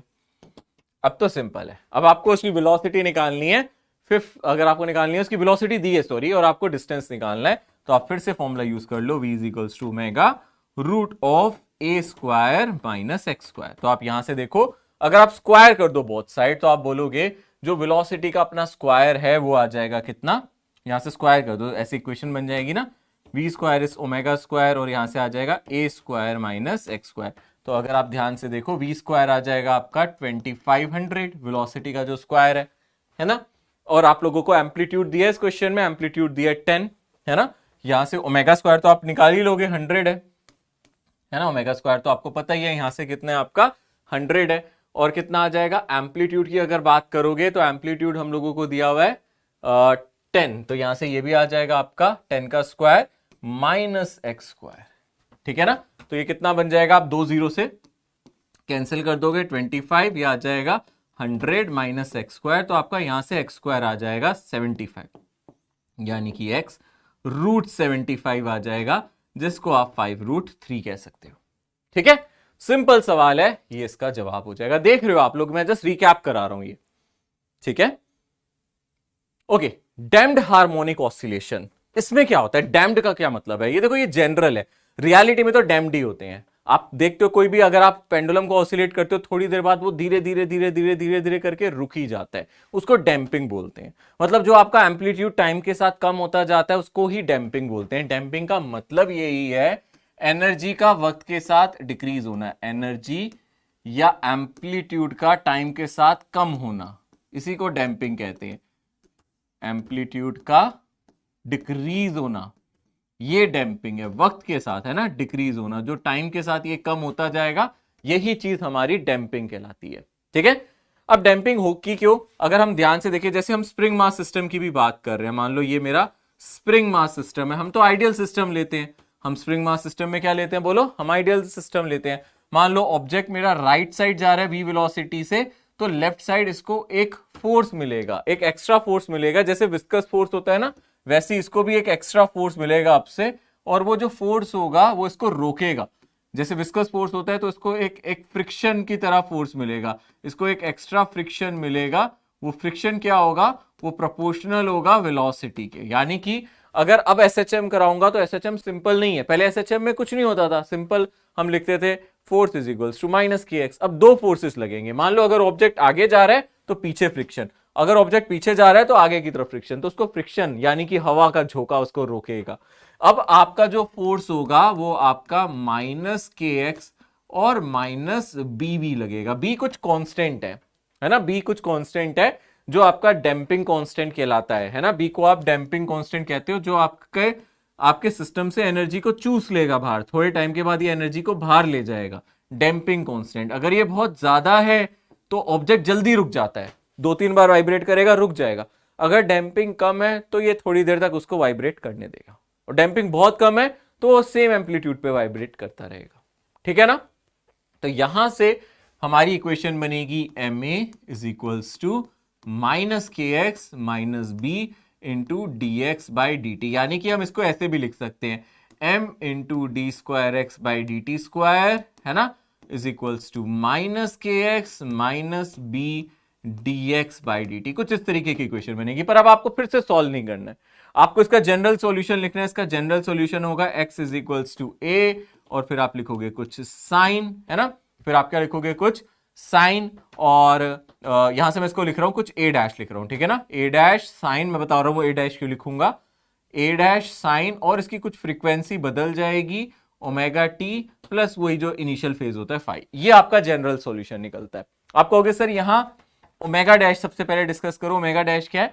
ओमेगा डैश अब इसकी नई फ्रीक्वेंसी है, पहले फ्रीक्वेंसी कितनी होती थी, रूट के बाई एम होती थी, कितनी होती थी, रूट के बाई एम। अब यहां से एक एक्स्ट्रा फैक्टर आपको नजर आएगा, यहां से आपको एक एक्स्ट्रा फैक्टर नजर आएगा, b square by 4 m square, एक फैक्टर आपको एक्स्ट्रा नजर आएगा। यानी कि आपकी फ्रीक्वेंसी पहले से कम हो जाएगी, पहले से ये क्या हो जाएगी, कम हो जाएगी, पर रहेगी कांस्टेंट ही, है ना, मतलब इसकी फ्रीक्वेंसी पहले से कम हो गई बट रहेगी कांस्टेंट। अब ये वाइब्रेट करेगा बट कांस्टेंट फ्रीक्वेंसी से, तो टाइम पीरियड भी आपका कांस्टेंट रहेगा, but time period frequency constant रहेगा, बट एम्पलीट्यूड वक्त के साथ बदलता जाएगा। ये अब एम्पलीट्यूड की बात करें तो जो आपका एम्पलीट्यूड होगा उसका कुछ फॉर्मूला होगा, ए ई की power minus b t divided by 2m, ये याद रखना है। यानी कि एम्पलीट्यूड वक्त के साथ आपका कम होता जाएगा, ये टाइम के साथ कम होता जाएगा, ठीक है ना।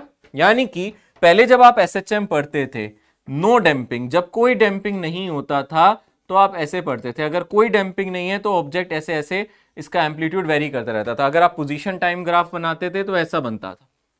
अब आपके केस में पोजीशन टाइम ग्राफ बदल जाएगा, पोजीशन टाइम ग्राफ आपका एम्पलीट्यूड चेंज करता रहेगा। अब आपका एम्पलीट्यूड वक्त के साथ घटता जाएगा, घटता जाएगा। टाइम पीरियड पे फर्क नहीं पड़ेगा, आपका जो एम्पलीट्यूड है ऐसे वक्त के साथ कम होता जाएगा। अब आपका एक्स वर्सेस टाइम ग्राफ कुछ ऐसा आएगा। अब पोजीशन वर्सेस टाइम ग्राफ आपका कुछ ऐसा आएगा, यानी वक्त के साथ अब आपका एम्पलीट्यूड घटेगा, टाइम बढ़ेगा, एम्पलीट्यूड घटेगा। बात समझ में आ रही है अच्छे से? सो ये आप लोगों को याद रखना है, डैम्पिंग के केस में होता है। एनर्जी जो होती है आपकी, एनर्जी एम्पलीट्यूड के स्क्वायर पे डिपेंड करती है। पोटेंशियल एनर्जी या टोटल एनर्जी की ही बात कर लूं तो आपकी जो एनर्जी अगर मैं ई लिख दूं वो एम्पलीट्यूड के स्क्वायर पे डिपेंड करती है। तो यहां से जो एनर्जी है, देखो सबसे पहले एम्पलीट्यूड सबसे ज्यादा है, पर वक्त के साथ ये एम्पलीट्यूड कम हो रहा है। ऐसे ही पहले एनर्जी मैक्सिमम होगी, तो वक्त के साथ आपकी जो एनर्जी है, मान लो मैक्सिमम एनर्जी ई नॉट थी, बट वक्त के साथ वो कम होती जा रही है, ये आ जाएगी ई की power minus b t by m. Square किया है बेसिकली मैंने, जब मैं इसको स्क्वायर करूंगा तो ये 2 हट जाएगा। तो आप देख सकते हो ऐसे एम्पलीट्यूड का वेरिएशन ऐसे है, आपकी एनर्जी का वेरिएशन ऐसे है। तो एनर्जी भी टाइम के साथ क्या होती जाएगी, सिस्टम से कम होती जाएगी। अच्छा, कितना टाइम लगेगा इसको हम 100% रुकने में? इनफाइनाइट। कितना टाइम लगेगा इसको रुकने में? Time tending to infinity, 100% energy को बाहर निकलने में। मतलब एम्पलीट्यूड कम होता जा रहा है, कम होता जा रहा है, कम होता जा रहा है, पर रुकेगा नहीं। ये धीरे धीरे धीरे धीरे धीरे इतना छोटा हो जाएगा एम्पलीट्यूड, पर अपनी जगह पे वाइब्रेट करता रहेगा, क्योंकि अब स्पीड ज्यादा नहीं है तो वो जल्दी नहीं रुकेगा। यानी का मतलब है 100% रुकने में उसको टाइम इनफाइनाइट लग जाएगा। तो ये हमारा डैम्ड हार्मोनिक ऑसिलेटर होता है। ठीक है, चांसेस कम है इससे कुछ पूछे, बट फॉर्मूला वगैरह मैंने पीछे भी लिख दिए, यहां भी आप लोगों के लिए अच्छे से देख लिए। देखो मैंने मैक्सिमम एनर्जी इनिशियल हाफ के ए स्क्वायर लिख दिया ई नॉट की जगह, बाकी सारी चीजें मैंने यहां आपको बता दी है। बी अगर आपका बहुत छोटा है तो आपकी फ्रीक्वेंसी ऑलमोस्ट सेम आ जाएगी। अगर बी बहुत छोटा है, अगर बी बहुत ज्यादा छोटा हो जाए तो, अगर बी बहुत ज्यादा छोटा हो जाए तो आपका ओमेगा डैश ओमेगा के इक्वल ही हो जाता है, तो सेम ही आंसर आ जाता है।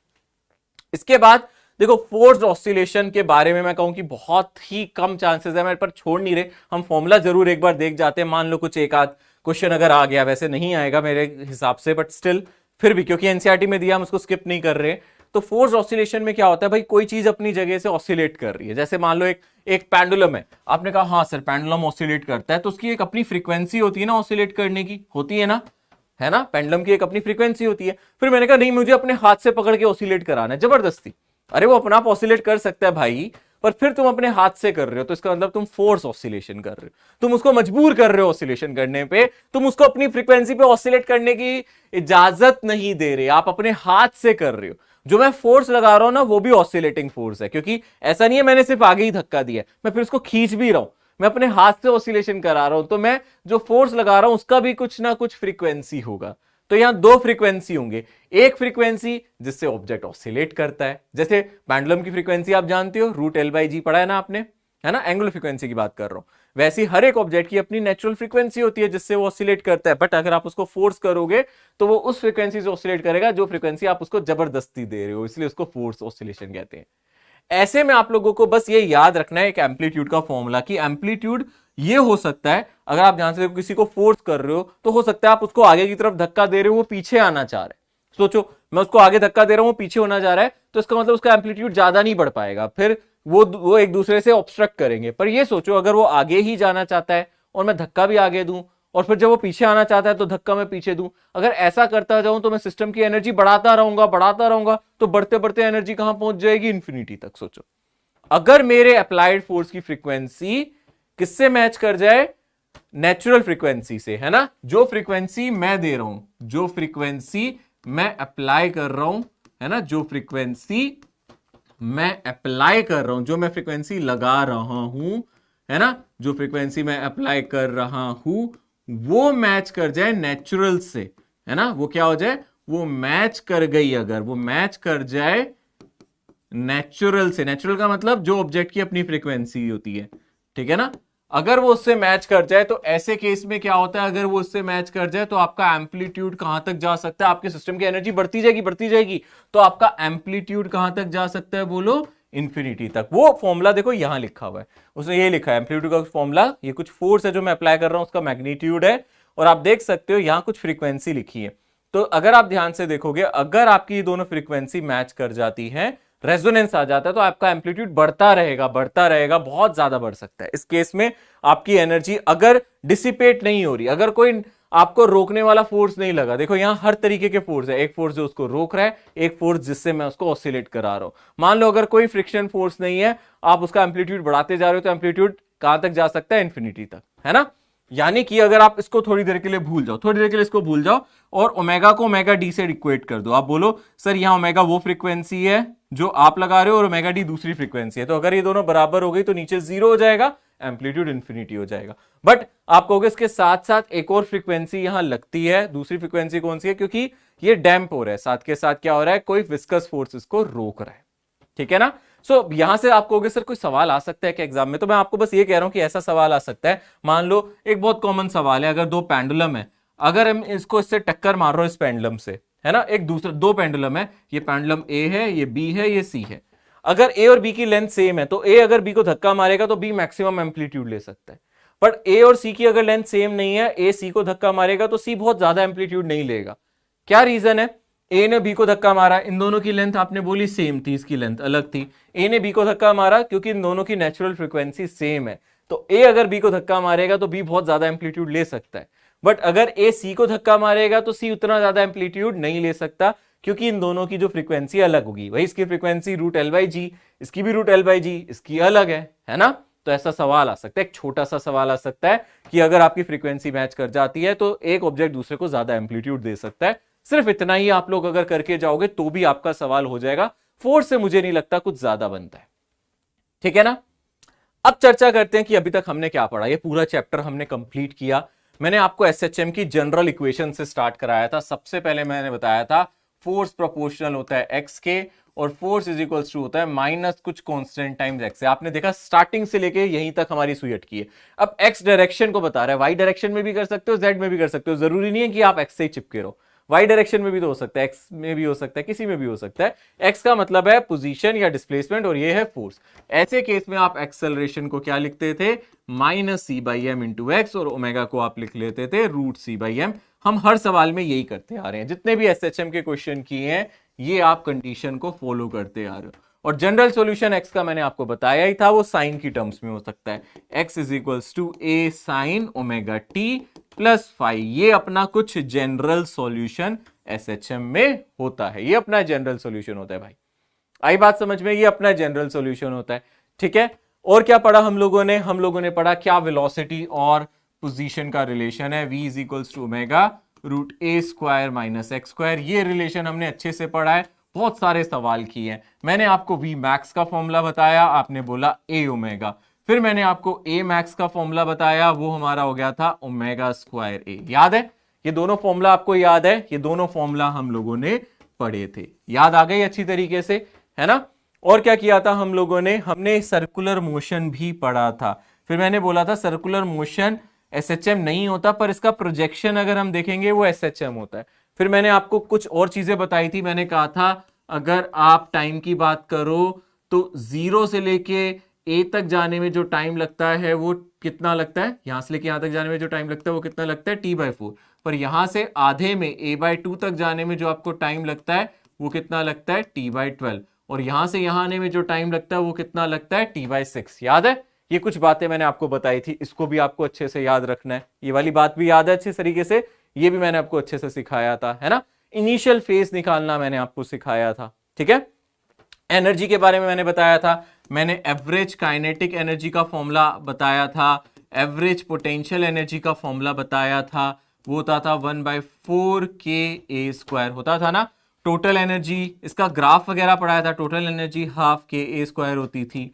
मैंने आपको फ्रीक्वेंसी बताई थी और टाइम पीरियड बताया था। फ्रीक्वेंसी अगर मैं बात करूं काइनेटिक एनर्जी की या फिर पोटेंशियल एनर्जी की, वो 2 टाइम्स होती थी जो आपकी फ्रीक्वेंसी पोजीशन की होती थी, है ना। अगर पोजीशन की फ्रीक्वेंसी f है तो इनकी फ्रीक्वेंसी ट्वाइस होती थी। इसका जो टाइम पीरियड होता था उसके टाइम पीरियड से आधा होता था, है ना। यहां मैंने f फ्रीक्वेंसी ली है पोजीशन की और टाइम पीरियड लिया है उसका पोजीशन के हिसाब से, तो इसका फ्रीक्वेंसी डबल होती थी और टाइम पीरियड हाफ होता था। फिर हमने इसके ग्राफ को अच्छे से कंस्ट्रक्ट करना सीखा था, ठीक है ना। उसके बाद हम लोगों ने क्वेश्चंस किए थे एनर्जी वाले, बहुत सारे क्वेश्चंस किए थे, हम लोगों ने प्रैक्टिस की थी। आज भी हमने एनर्जी से स्टार्ट किया। फिर हम लोगों ने क्या किया, आज मैंने आप लोगों को सबसे पहले आप लोगों को पेंडुलम के बारे में पढ़ाया। तो पेंडुलम में भी मैंने क्वेश्चंस कराए। मैंने आपको बताया पेंडुलम का जो टाइम पीरियड है वो 2π√L/G है बेटा, है ना। तो जी और एल से फर्क पड़ता है। अगर जी किसी तरीके से बदल दो तो टाइम पीरियड बदल जाएगा, जी कम तो टाइम पीरियड ज्यादा, जी ज्यादा तो टाइम पीरियड कम, एल ज्यादा तो टाइम पीरियड ज्यादा, एल कम तो टाइम पीरियड कम। सेकंड पेंडुलम के लिए बताया जिसका टाइम पीरियड 2 सेकंड होता था, है ना, सेकंड पेंडुलम के लिए बताया टाइम पीरियड 2 होता था। टॉर्शनल पेंडुलम बताया, कंपाउंड पेंडुलम बताया, उसके फॉर्मूलास मैंने आपको अच्छे से डिस्कस कराए, है ना। इतना याद रखना है, आपका जो ओमेगा आता था वो आता था root of mgl divided by I. I हमारा मोमेंट ऑफ इनर्शिया होता था, यहां से आराम से हम निकाल सकते हैं।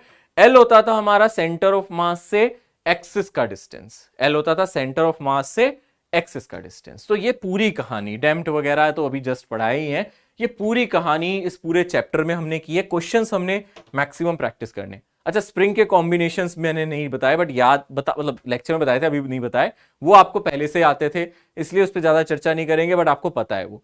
इतना याद रखना, जब ओमेगा लिखते हो रूट के बाई एम, के इफेक्टिव होता है और मास वो होता है जो ऑसिलेट कर रहा है, इसको लिख लेना।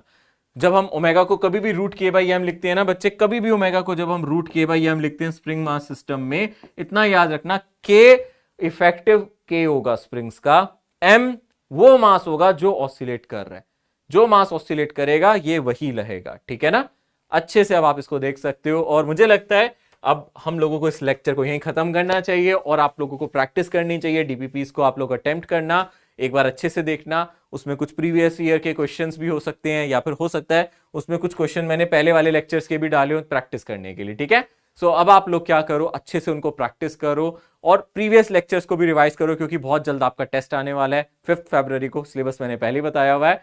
And I wish you all the very best for your preparation. Bye bye everyone, take care, see you again.